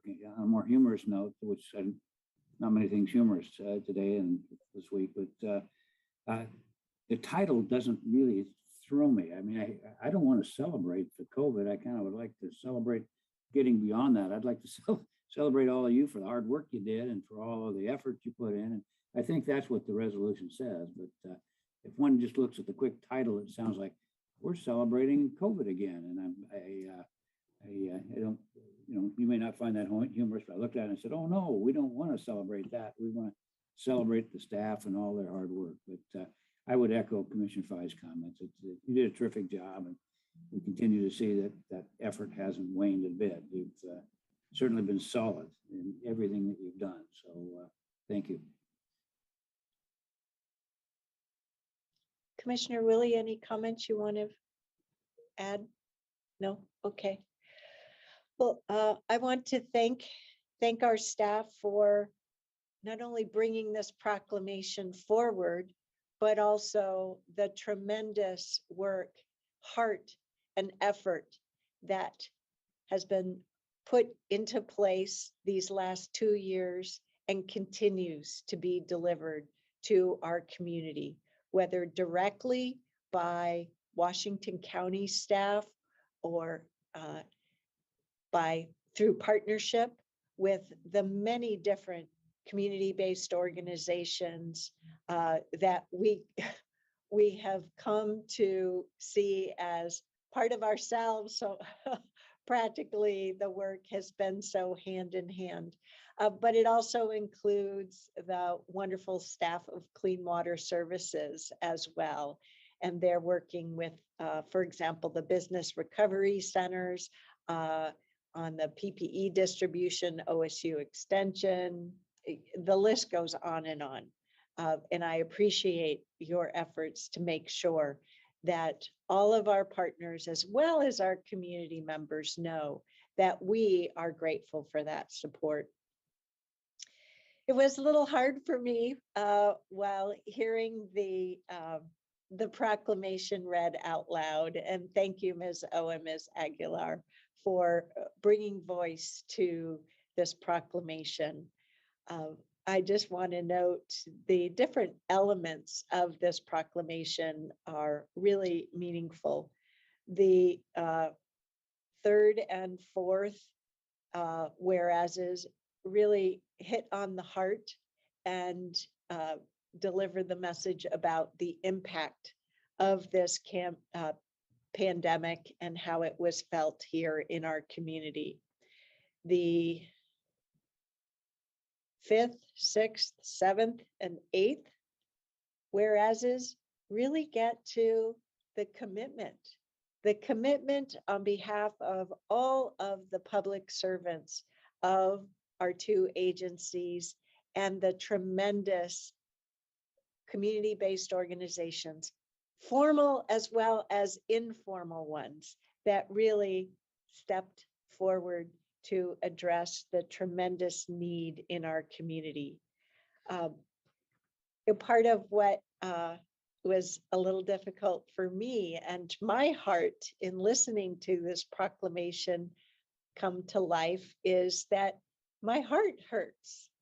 There was such fear during these last 2 years that some fear does continue to exist. And as Commissioner Fine noted, replaced by fear of a different sort, but also the suffering and the loss that families and friends and colleagues have felt here in Washington County, but across the nation and the world.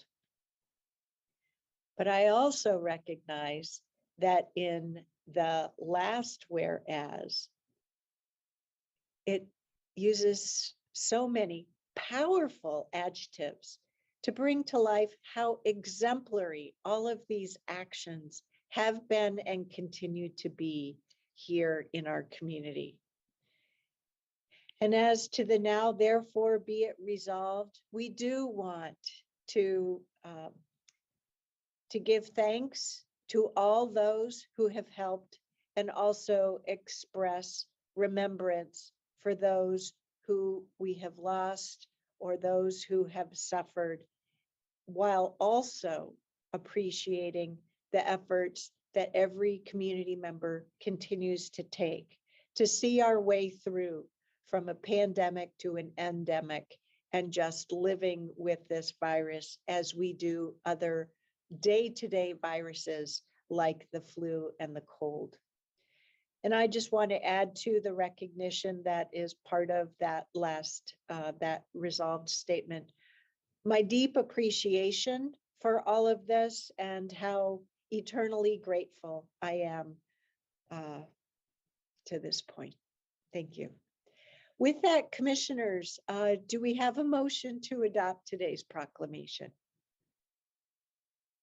We have a motion from Vice Chair Willie, a second from Commissioner Fye. All those in favor, please raise your hand. Thank you, commissioners. Any opposed? The motion carries unanimously 4-0. Next, we're going to move on to boards and commissions. The first one, we need to appoint 2 members to the North Bethany County Service District for Roads Budget Committee. We have a proposal to appoint Sarah Beachy, who is a very active member of the North Bethany community, as well as Alicia Gruber to the NBCSD Budget Committee for Roads.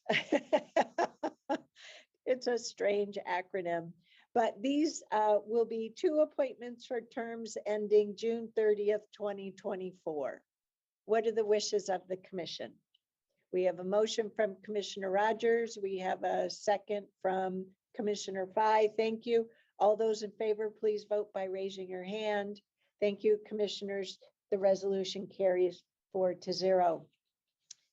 Next, our second board of boards and commissions resolution, the bylaws, the first ever developed bylaws for the West Slope Community Library Advisory Board.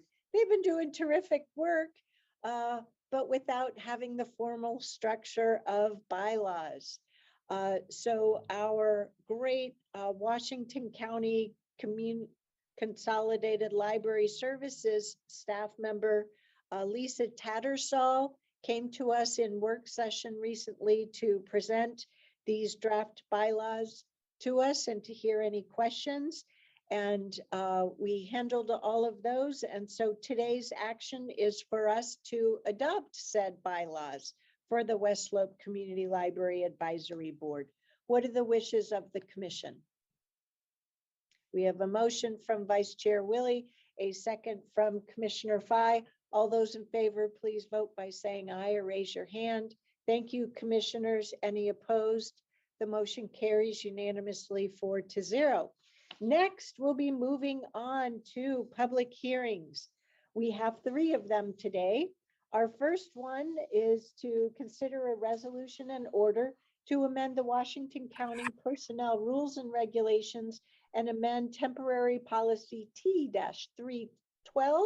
And with us today, we have our Chief Human Resources Officer, Eva Labonte. Ms. Labonte, take it away. Good morning, Chair Harrington and commissioners. Thank you very much for considering this request that we have before you. So we are asking for you to adopt a resolution in order to once again extend our temporary policy T-312, which extends the vacation and MAPS accrual leave temporarily. So you first saw this policy before you April 21st of 2020. And the idea of this policy is that unfortunately, due to COVID, our employees are not able to utilize their vacation as we'd like them to, as well as our administrative leave, which is leave that's given to exempt employees. So at that time, we asked that the cap would be raised from 360 hours to 480 hours through the end of June 30th, 2021, thinking that the pandemic was going to give us an opportunity to use our vacation by then. We quickly saw through 2020 that that was not going to be the case.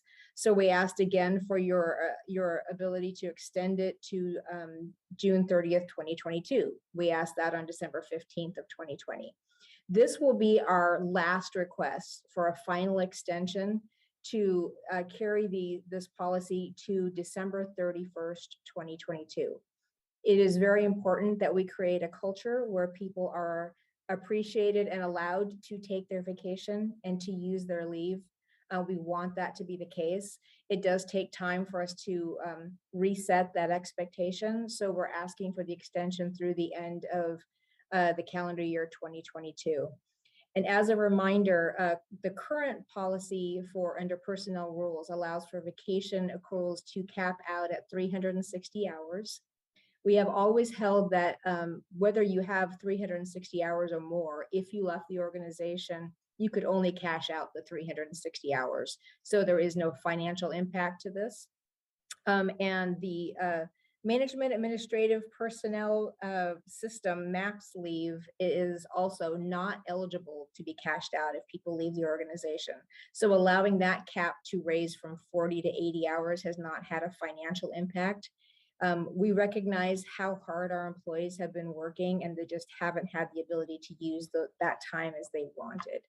So we are again asking for the adoption of the resolution in order to extend this policy one last time to December 31st, 2022. Commissioners, do you have any questions or comments? I'll just say that I think this is an effective approach. I really want to stress to everyone, please utilize your vacation time. Go have some fun. Leave the cares and worries of this COVID pandemic behind. Don't worry about the work getting done while you're gone. I know we have all 2,700 combined employees of Washington County and Clean Water Services are such dedicated public servants. And I know some of them are conflicted about going on vacation and what effect will that have either on those they provide the service for or their coworkers. Please work with your coworkers and your team so that you can take this time. We only get one life. And it's meant to be lived. So please do so. So commissioners, do we have a motion to adopt today's resolution in order? We have a motion from Madam Commissioner Chair, Rogers. we have to open the public hearing. Oh, yes, you're right. Thank you, Clerk Moss. First, we'll open a public hearing. Clerk Moss, is there anyone that wishes to speak to us on this topic? We have no one signed up. Would any members of the public wish to comment on this public hearing? Please utilize the raise hand function at this time. Not seeing any hands, Madam Chair. With that, I'll close the public hearing. Thank you again, Clerk Moss, for making sure that I follow through on the appropriate formalities. So for a motion, we have a motion from Commissioner Rogers. Do we have a second? We have a second from Commissioner Fye. All those in favor of approving today's resolution in order, please raise your hand. Thank you, commissioners. Any opposed? The motion carries unanimously 4-0. Next, we'll move on to a resolution and, a public hearing with regard to an action to vacate a portion of Northwest Bronson Road It actually has a number, vacation number 568. And we have our transportation engineer, Stacy Shetler, here to present on this matter. Please take it away, Stacy. Oh, there's Director Roberts. Didn't mean to slight you, sir. No, go right ahead, Stacy. Thank you. Good day, Chair Harrington, Commissioners. Can everyone hear me okay? Excellent. For the record, I'm Stacy Shetler, County Engineer with the Department of Land Use and Transportation. Before you today is the matter of vacating a portion of Northwest Bronson Road, vacation number 568. At the end of the staff report, 3 actions will be requested. 1, that your board conduct a public hearing. 2, that your board approve a resolution and order vacating a portion of Bronson Road. And 3, that your board authorize the chair to sign a quitclaim deed. Next slide. Bronson Road is classified as a collector in the transportation system plan. The road is just north of Sunset Highway, US Route 26, and it generally runs northwest from Bethany Boulevard, to 185th Avenue. A petition to vacate a portion of Bronson Road was received. The proposed area to be vacated is shown in the blue on the map. The proposed area to be vacated is in the city of Beaverton and will require their formal concurrence. Next slide. Staff found that this portion of property was surplus after the construction of Bronson Road in 1990. It was purchased by the Oregon Department of Transportation and then relinquished to Washington County in 2016. If the property isn't used by the county for road purposes, then ownership goes back to the Oregon Department of Transportation. The north side of the road is improved with curb, gutter, and sidewalks.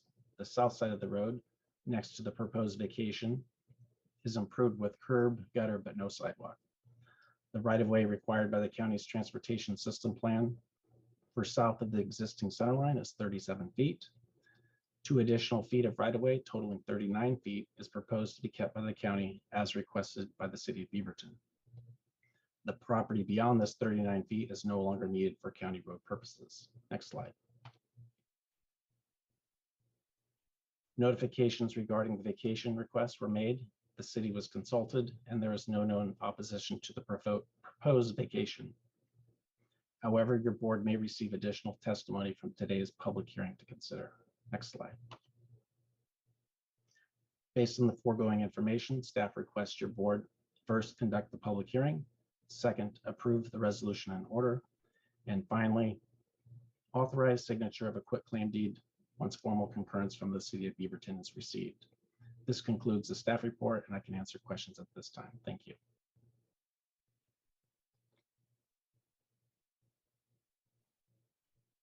Commissioners, do you have any questions before we open a public hearing? Seeing none, I'd like to open a public hearing. Clerk Moss, do we have anyone who wishes to speak to us on this matter? I will see. Would any members of the public like to testify in this public hearing on this road vacation, please utilize the raise hand function. Not seeing any hands, Madam Chair. With that, I will close today's public hearing.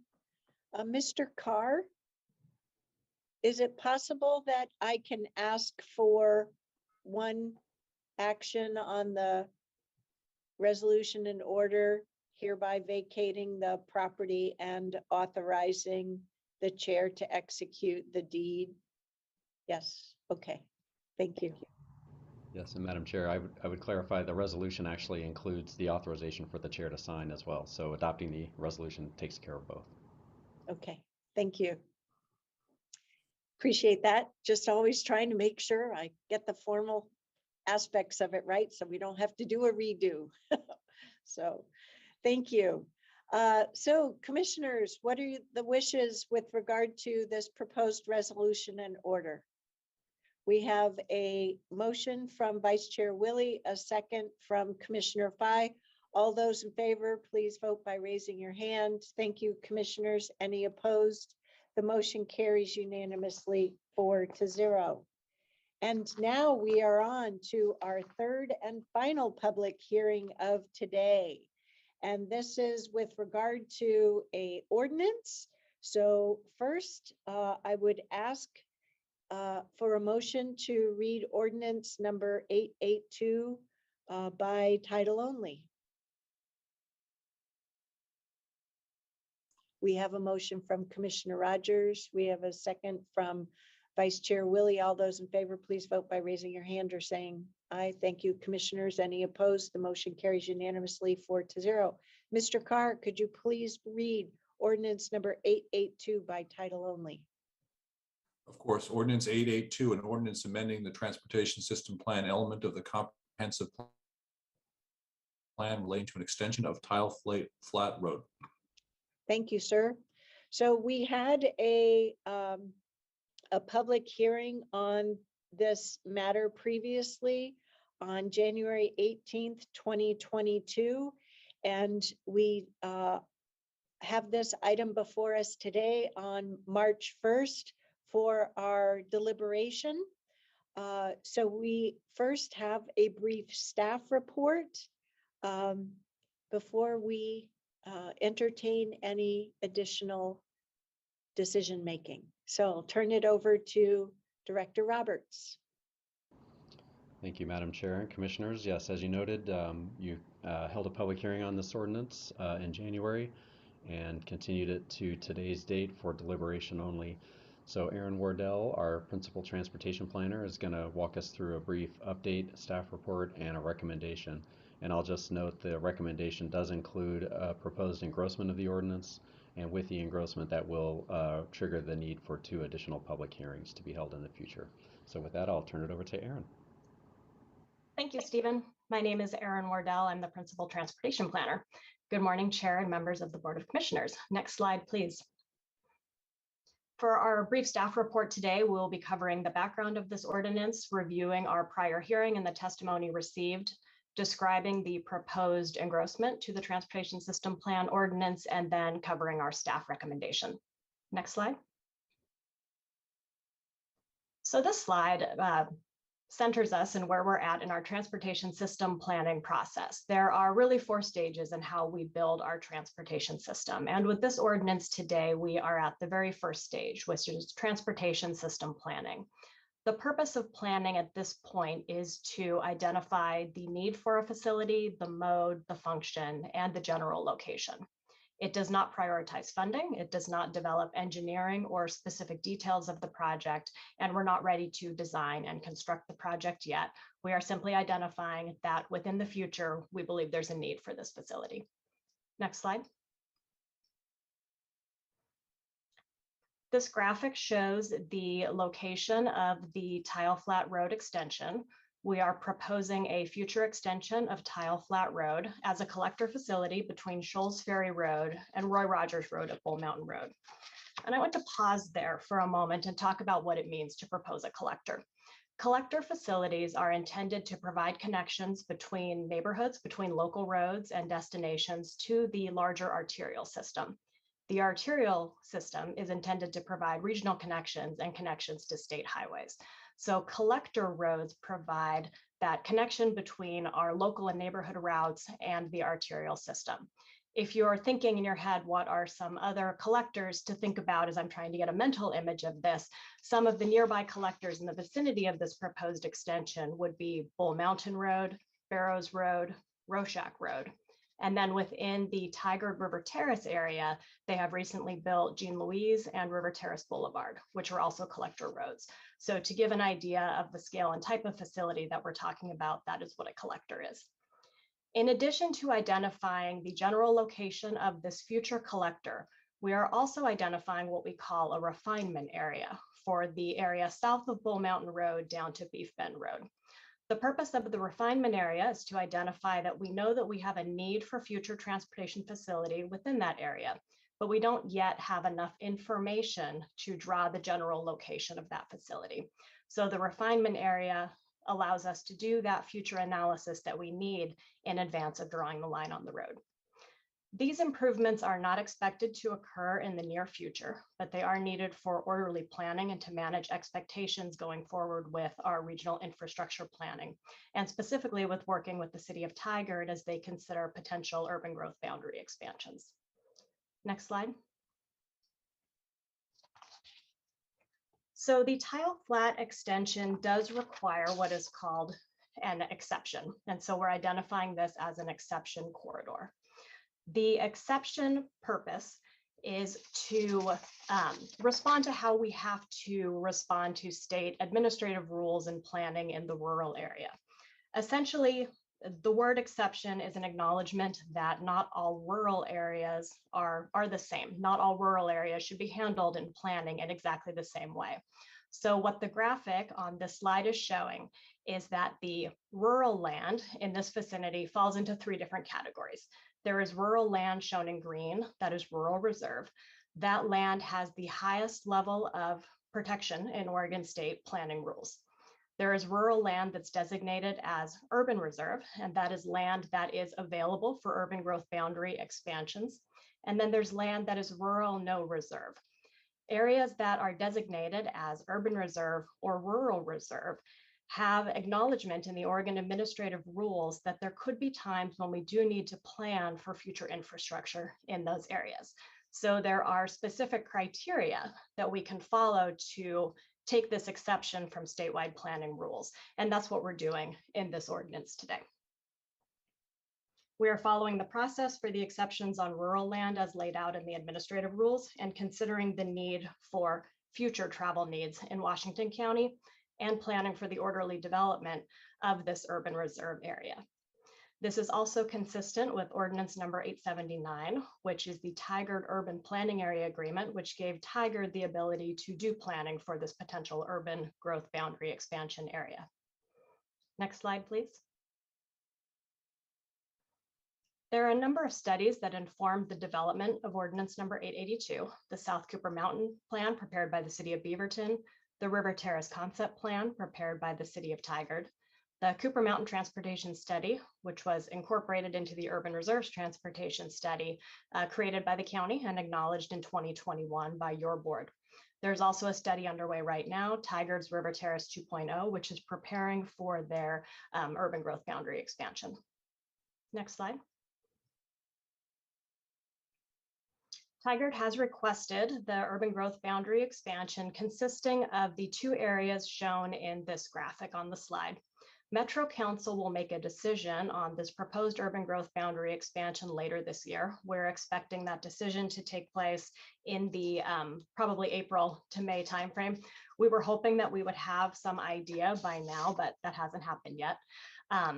Most of the Tile Flat Road extension is within the proposed urban growth boundary expansion area, and it is reflected in Tigard's concept plan. So you can see on the slide in yellow how our proposed collector facility lines up with Tigard's concept plan for developing this area, with the exception of that one segment, which is outside the urban reserve in that rural undesignated area. Next slide, please. We held our first hearing on this ordinance on January 18th. At the time, we heard public testimony with concerns about the road extension, and we received testimony from 1,000 Friends of Oregon referencing established case law regarding goal exceptions for roadways. So County Council at the time recommended continuing the deliberation to give staff time to review that testimony and review the case law and come back with a recommendation. Next slide. Based on the review of case law and the testimony received, County Council did recommend that we adjust the ordinance. This was included in attachment A to the staff report before this hearing. Essentially, Washington County has taken exceptions before for planning within the rural area. This is not the first time that we've done this. In the past, when we have done that, we have added the line within the transportation system plan and then adopted the exceptions findings as a part of the ordinance findings. County Council's review of case law that's happened since we've most recently done some exceptions shows that there's now case law establishing that the TSP itself must directly identify the need by text in addition to just showing the line on the map. So the engrossment in this case would add a text reference to the findings technical analysis that we've taken, and it would include strategy language around identifying the need for a rural road exception analysis. So those are the 2 elements of the proposed engrossment in order to respond to that established case law. Next slide. So our staff recommendation for today is to deliberate on the proposed ordinance and then order engrossment of the proposed ordinance to reflect the proposed changes. We're then recommending that the hearing for the engrossed ordinances be held on July 26th and August 2nd. We selected those dates because they are after the board is done with the House Bill 2001 related land use ordinances and is through the budget adoption cycle for this year. We are of course open to other dates if that's at the pleasure of the board. And I believe that's it for our slides, except for staff contact information.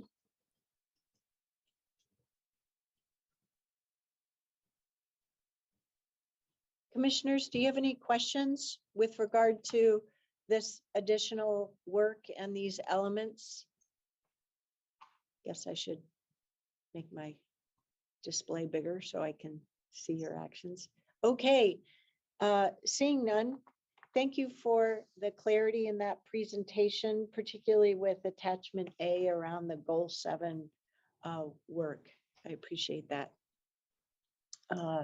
So we need to open a public hearing. Oh, no, we don't. Sorry, we're going to do that in the future. I'm so used to staff report, then a public hearing. Okay, so we have a recommendation to order the engrossment of this proposed ordinance to reflect these changes as described. And then to, continue the public hearing to date certain July 26th. And subsequently for the second public hearing on the engrossed ordinance to August 2nd. It seems extraordinary to be talking about those dates already, and direct staff to provide the notice as required. We have a motion from Commissioner Rogers. Do we have a second?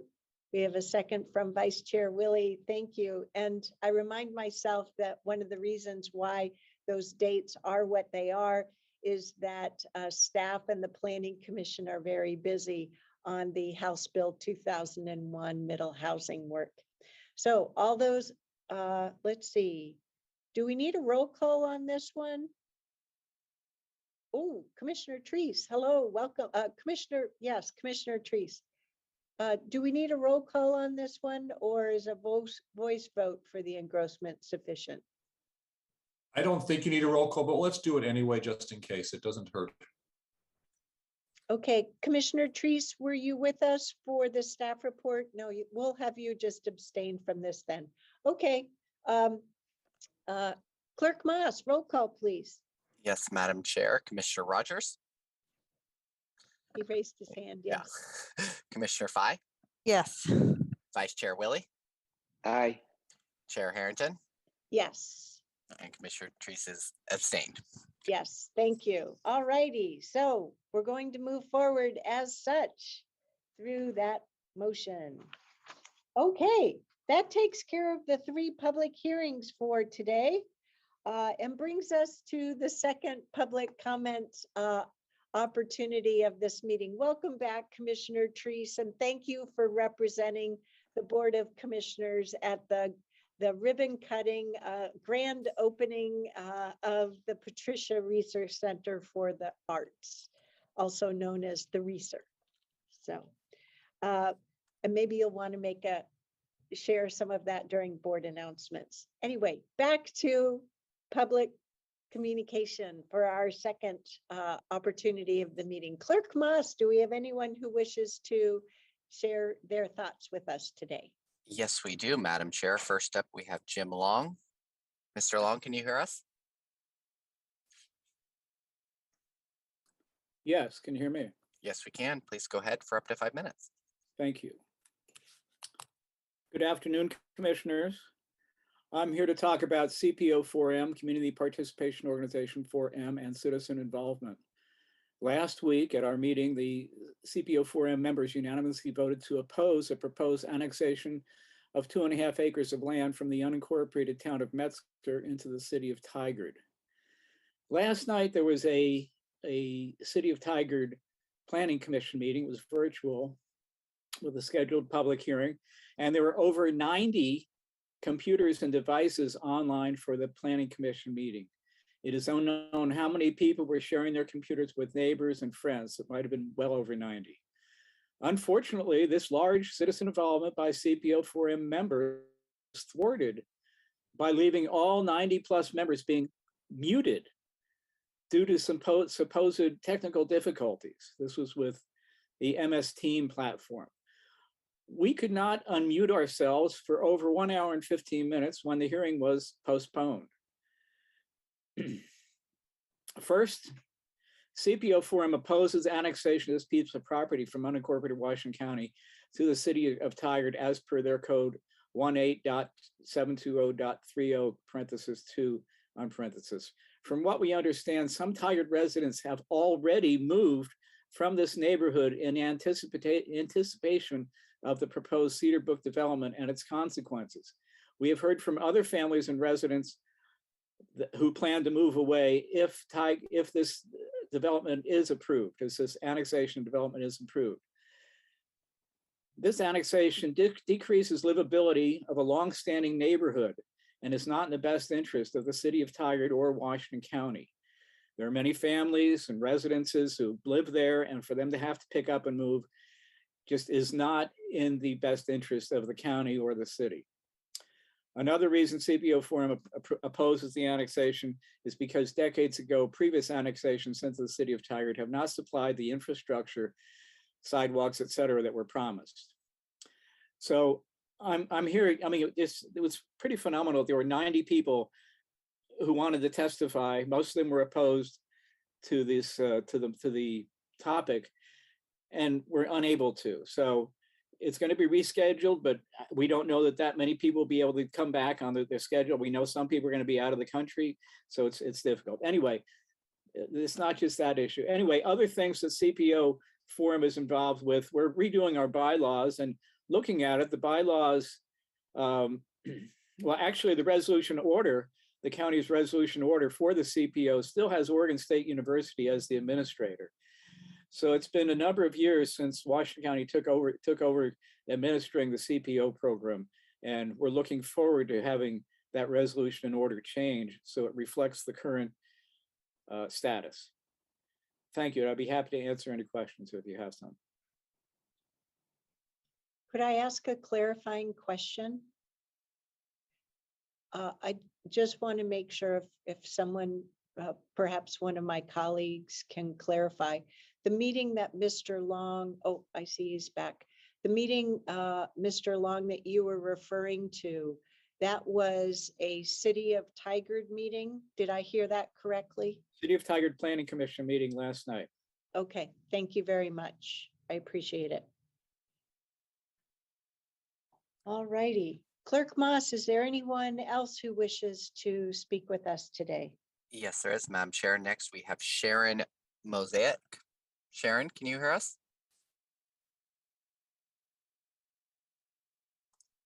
Do you hear us, Sharon? I see you raise your hand. There you go. Okay, I'm unmuted and you can hear me? Yes, we can. Please go ahead. Thank you. Yes, I'm an 80-year-old resident of Tigard, and I think I represent many hundreds of other seniors in Tigard as I'm speaking today. We are the people who regularly use the senior center prior to its closure for COVID. This was a place where hundreds of us could come together for social interaction and food, music, and numbers of kinds of help. It was a bright spot in many, many lives, and it's greatly missed. And now's the time for it to be reopened. But again, we're hearing it'll be closed another 2 to 3 years to build an apartment building right in the parking lot of that senior center. So this plan would benefit a tiny portion of seniors, but it will disadvantage the thousands who came there on a regular basis. We want our senior center back, and we want it back now. We have a number of other concerns about the plans there, and one of them is it's too big. It's totally out of character with its surroundings. A 4-story building just towering over the senior center, which is only 1 floor tall. The plans show it crammed into a few feet just from the front door of the senior center. And that's the only access to the lower parking lot. It'll run right through those few feet. There's inadequate parking planned. The senior center right now has 45 spots, but we could overflow into the lower parking area, which belongs to the church. That agreement has been rescinded, so there will no longer be that available to us.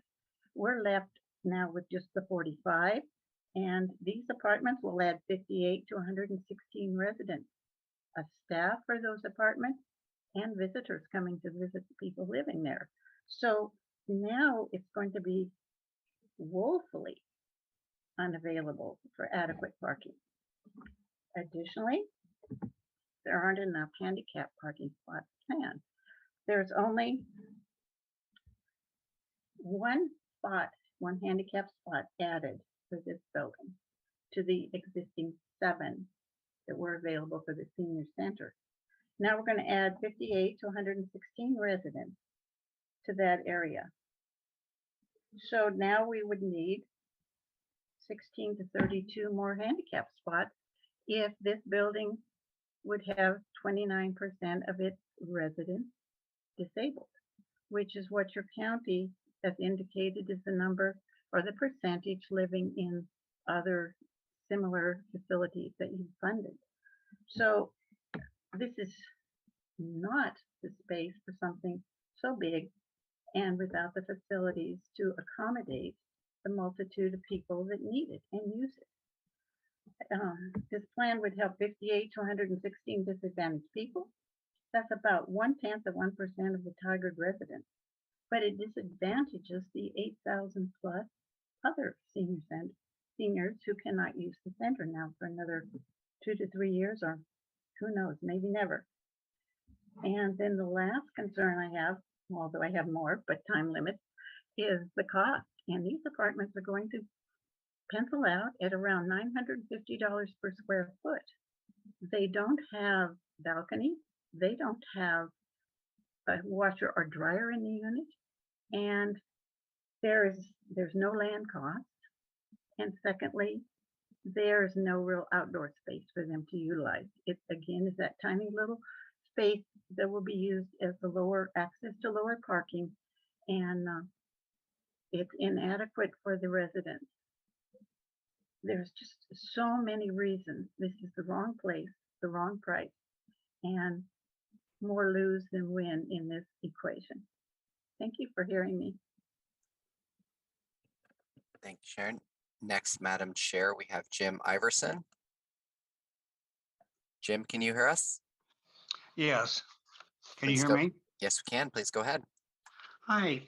Last night around 5 p.m., I went for my usual walk, and my wife suggested that I wear my 12-inch rubber boots. Well, walking from the path off of Burnham, I saw a lake. I turned around, walked back up to O'Mara Street, down to the senior center parking lot, and started down the trail, and I found another lake. I took pictures of it if you want to know about it. Anyway, after that, I couldn't go any further. I went back up to where the trailhead sign was and ran into another lake, which I took pictures of. The bridges were not underwater, but you couldn't get to them. And I parked my van in the upper parking lot in front of the senior center and could barely turn around. I was wondering how a fire engine would be able to turn around there. And I went to back to the entrance by the curve on O'Mara Street and observed people going out of their lane in both directions, trying to go around the curve. That's very narrow there. And I tried to picture a proposed apartment building while walking down the driveway. And how will a path fit within the apartment boundary stakes on the church side of the property? After that, I walked towards the Beagles on Wheels loading dock, and I imagined parking along the sidewalk because there are no parking spots. The driveway by the loading dock is scheduled to become a dead end, complicating traffic. There's hardly any room to for a fire engine to turn around or anything else. And plus, we've been told in the Bible not to build our house on sand. And if you look at the soil samples, it's all sandy loam there. And also there's been problems with the sewer there. And we have people who were there originally when the sewer was put in. Under the parking lot there's 10 feet of sand, 10 feet of sand. And when they first put in the sewer there, it kept caving in. This is just fraught with problems. And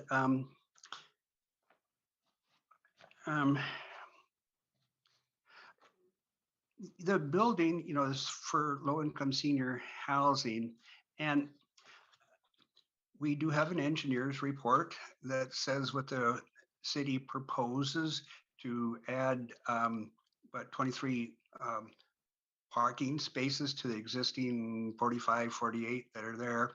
And it won't fit. It's like trying to put a size 10 foot in a size 6 shoe. It doesn't fit. So I just am amazed how for the last 2 years, it's been like trying to go down a one-way street with the Tigard City Council.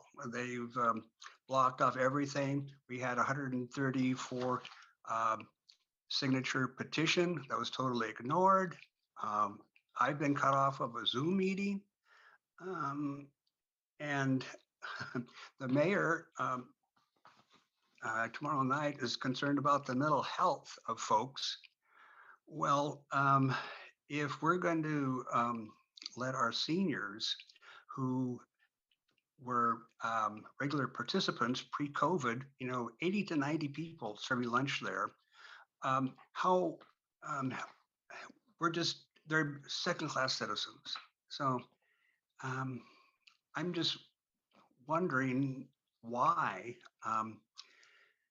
the seniors who came there for lunch and it was their family, why are they treated by like second-class citizens? They're just being ignored, and they will be if the this housing goes through. You know, it'll be closed for another 2 or 3 years. And when if the housing goes in there, the dynamics of the senior center is going to totally change. You're going to have. Thank you, Mr. Iverson. Okay. Next, Madam Chair, we have Jane Honeyman. Jane, can you hear us? I can hear you. Can you hear me? Yes, we can. Please go ahead. Oh, thank you for this opportunity to speak on this subject. I have grave concerns regarding the senior center and the planning process. And while it appears to be a fait accompli, I do ask that you members listen to the people directly affected by this, not only the Tigard planners, the Tigard committers, who are actually the same thing, and the Tigard City Council. While many people have tried to put this problem as just the seniors are concerned about parking, they're concerned about this and that, but how are we going to get our cars in? How are we going to get here and there? It's been spun that way, but there are many, many other concerns, and I don't know if that has even reached you folks. First of all, I would want to say that there was not a lot of community engagement. When I looked up the definition of community engagement, it was, and I'm sure there's others, but it's a community centered on the use of dialogue between people. It features attributes of connection, interaction, participation, and involvement. I know this hasn't happened. Regarding just what I heard about the CPO4M meeting, I also was in a meeting via Zoom where I raised 2 questions to the planning and the NHA. They were never addressed. There was plenty of time, but I was just not even answered. I have a big problem with that. I have a problem with when the people were trying at the senior center were trying to collect signatures. They were ordered to stop. I have not seen anything that says that was allowed. I have spoken to the police department on another matter. That should not have happened. They did not get the chance to do their civic engagement. I am concerned about that. On one of the 3 occasions that I do recall that there was direct interaction regarding looking at the building, which is way, way, way too big. Someone was cogently asking about concerns, older woman, and one of the people there said basically, well, they said exactly, I know change is hard. They may as well have just patted her head. This is ageism. This is sexism. I do not believe this should be part of this community engagement. Also, I do believe that unless you go and look at this, that at the very beginning of this process, there was a zoning change so that a small part of the neighborhood was moved into downtown Tigard. It's a long ways to walk to downtown Tigard from there. And if you see all the other comments that are made, it would be really hard to get there. The senior center is full of activities, was full. With this housing placed here, there won't be any opportunity to develop the senior center further. I question what is going to happen. Of course, we want seniors involved. We want the seniors everywhere to be involved. But if there's no room, where are they going to go? And finally, the environmental impact is never actually talked about. And you have to realize that there are a number of other housing, affordable housing available. There's a multi-story affordable housing in the Tigard Triangle, the multi-story housing in Hungerser Street, multi-story being built in Washington Square. There's planning that's going ahead for affordable housing in Tigard Triangle. Now, I know that this mayor wants and has stated that he would like to continue to have Tigard be the leader in affordable housing in Oregon, which is a laudable goal. But I do not believe that we need to place the senior center housing right next to this area. Thank you. Thank you, Jane. Next, Madam Chair, we have Dennis Tomlinson. Can you hear us? Okay, can you hear me? Yes, we can. Please go ahead. Okay. First, I would be interested to know how many who have approved this project have ever actually visited the site in person to see how inadequate and poorly located it is. What looks good on paper and from a picture from the air looks totally different in person. One of the things I know, I agree with everything that's been said earlier, and there's so much more that we probably won't even have time to get to. They continue to perpetuate the lie that the 45 to 48 parking spaces that they say are needed, that they say are the only ones needed for the senior center. The actual number is more like 60. As has been mentioned before, there was an overflow parking agreement with the neighboring church, which accounted for anywhere from 8 to 12 additional spaces. That's just on average. This is one of the reasons the seniors I have spoken to say they do not believe they will be able to return to the senior center due to lack of parking. And they also feel the limited space inside of the senior center will not be able to accommodate Tigard seniors from around the areas, as well as those who live in the apartments, because they continue that's going to be part of their community area. They also have said they are not going to provide visitor parking. I guess these low-income seniors don't have visitors, or are not entitled to them. They assumed in their feasibility report, when they were proposing this, that the church would just automatically make up the needed extra spaces to bring it to, I think they said 78 spaces. Also, I'm going to reiterate something that was said about the mayor in an interview recently, talked about the importance of returning to socialization for the community after COVID. He indicated the most impacted group were young people. Everyone I've spoken with, including my daughter, feels that the ones most impacted are seniors who are often living alone and in isolation during this time. And many of them were anxiously looking forward to be able to come back to the senior center to socialize, attend lunches. The long list of activities that went on there and were offered daily. They talk about Meals on Wheels being going forward. They'll have a location for Meals on Wheels but that's for deliveries. That's not socialization. That's not being able to come to the center and see your friends again. Most seniors who are unaware of this project, or maybe even still unaware of it, and that the senior center would not open due to the project. The implication has been, well, it's already been closed for 2 years. What difference does it make if it's closed for another 14 months, which the mayor is claiming, or as we've heard from other people, at least 2.5 years? Ask the seniors what they think about that. Safety, oh my gosh.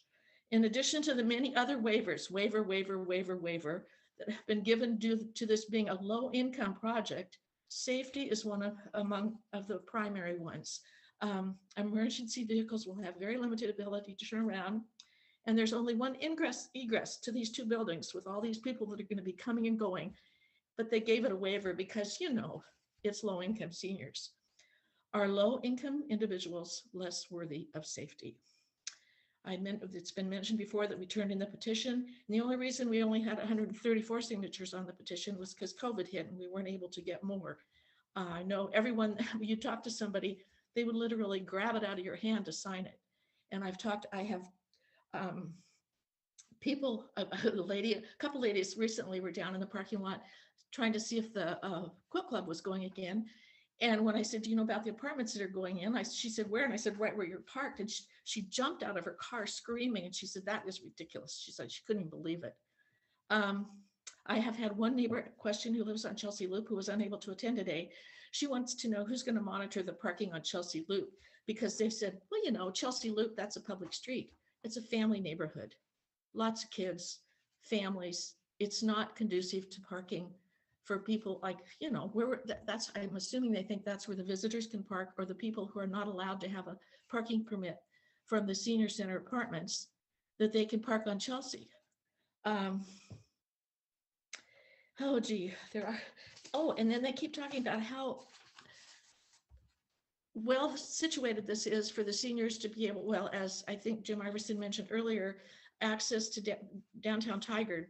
Well, there's a Rite Aid, there's a Value Village, there's a liquor store, and there's a couple of restaurants. They won't have access to shopping. They keep talking about how it's so well suited. To get to good shopping, they have to take the bus on Hall Boulevard, transfer at the Tigard Transit Mall, transfer to another bus that could take them to good shopping. And one of the city members said, well, they can go to Grocery Outlet over by Washington Square. I think the Grocery Outlet by Washington Square is actually in Beaverton. Thank you, Dan. Madam Chair, we have no one else signed up on the list. Do any of our other attendees wish to provide comment to the board at this time? Not seeing any additional hands, Madam Chair.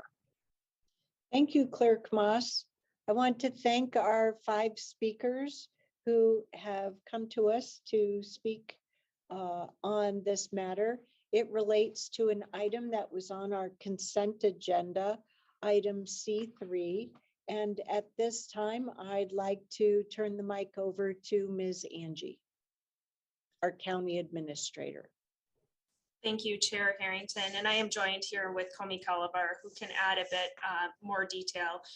County staff have been listening to the public comments, and we do appreciate hearing from our community members on this. We are working in partnership with the City of Tigard, and have also encouraged the City of Tigard staff to also listen into this portion. Comey, Director Calabar, if you can share what the county's role in this project is and our partnership in Tigard, I think that would be of benefit to our community members. And you're muted.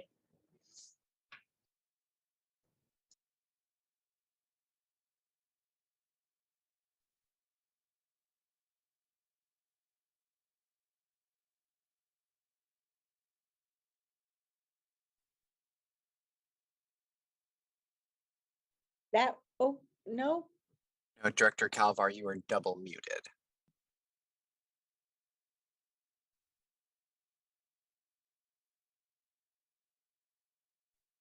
It might be your earpiece because it happens to me too. All right, can you hear me now? All right. Thank you, Tanya. Good afternoon, commissioners. Comey Calabar Housing Director. So the Tigard Senior Center is 58 units on a site owned by the city of Tigard. In 2019, ahead of the Metro Bond, Tigard issued an RFP for the site, and their goal was affordable housing. There was community engagement, there was meetings. Our role is a funder with Metro Bond funds, and the amount we are contributing is 6.2 million of Metro Bond funds. We are aware of the concerns, and typically with housing, there is a traffic engineer's report that will be prepared, and we'll let the developer, which is Northwest Housing Alternatives, know about the concerns today, and so they can share that report when it's available.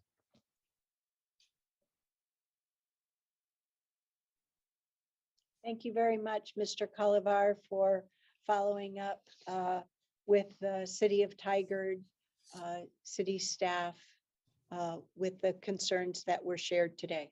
Appreciate it. And for helping to clarify for me where things were at as well. I know I was referring to the information that was in the packet as I was listening to our 5 speakers who were sharing their concerns. I know that we're challenged to find appropriate places throughout our community for the variety of affordable housing projects that are needed in order to ensure that we increase the amount of permanent affordable housing for people of all ages in our community. There are no perfect places anymore in our built environment, and we are trying our best with the whole collection to reach the goals and navigate through the very different needs. So thank you very much. So that's it for the second public comment period of today's meeting. Next, we'll move to board announcements, and I'll just kick it off and then turn it over to Commissioner Treese to see if she wants to share with us the arts opening. On Thursday, we have a roundtable in the morning starting at 9. Next Tuesday, we have a packed agenda for our work session on March 8th, starting at 8:30. And to everyone in our community, we're having a town hall next Wednesday evening, March 9th, with support in English and Spanish. We'll have some breakout groups as well. And this is think of it as part 2 of our journey together in advance of the proposed budget for next fiscal year. Tuesday, March 15th, we'll have our pair of meetings, but it's going to be a work session in the afternoon and an evening meeting for the Board of Commissioners starting at 6:30, because we're going to take the following Tuesday, our 4th Tuesday, March 22nd, off from having board meetings in order to participate as a great place to work for our agencies during school spring break. And there are no meetings on the 5th Tuesday of the month, Tuesday, March 29th. So that's the forward look on our organized Board of Commissioner meetings. Commissioner Treese, would you like to share with us a little bit about the wonderful opening you were able to attend on our behalf? Certainly, and I won't take very long. I know this has been a long meeting. The ribbon cutting was this morning at 10:30. It was officiated by Mayor Lacey Beatty as well as Pat Reeser, Patricia Reeser, after whom the name is the Performing Arts Center is named. It was a rainy day, but it was really, really a beautiful experience to be there. And I think that the community was so embracing of the concepts behind the Performing Arts Center. And I would characterize that as using art to bring all of our community together and to welcome every group into this space. At the after the ribbon was cut, we went inside, and all along the balcony were musicians playing brass instruments and a big drum. And the assistant director of the Oregon Symphony was there, and it was so powerful to see that center in action and to understand what it brings to our community as a whole. So I'm proud of the work that former mayors have done. I'm proud of the work that our current former mayors and city councils in Beaverton have done. I'm proud of the work that the Beaverton City Council has done. I'm proud of our support for them. So it was well received by the community and certainly a wonderful celebration this morning. So thank you for a couple minutes here. Well, and that center would not have happened if not but for the power, the might, and the incredible financial support from Ms. Pat Reeser. So yes, and I'm glad. When she spoke today, it was from her very heart. She talked about her former husband, or not former, her late husband, Al Reeser, and the commitment that they made as a couple to always ensure that the community was open and accessible to all. And what a great manifestation of that promise. Yes, thank you. Are there any other board announcements before we close the meeting? Okay, well, we will take a 1-hour lunch break and then reconvene in our work session. We have at least 2 topics. I think there might have been 3 for our afternoon session. So I would suggest that we reconvene at 1:35 for the remainder of our work session this afternoon. Okay. So do we have a motion to adjourn today's Board of Commissioners March 1st, 2022 meeting? We have a motion from Commissioner Rogers. We have a second from Commissioner Fye. All those in favor, please vote by raising your hand. Thank you, commissioners. Any opposed? The motion carries unanimously 5-0. Thank you, everyone. Have a good lunch.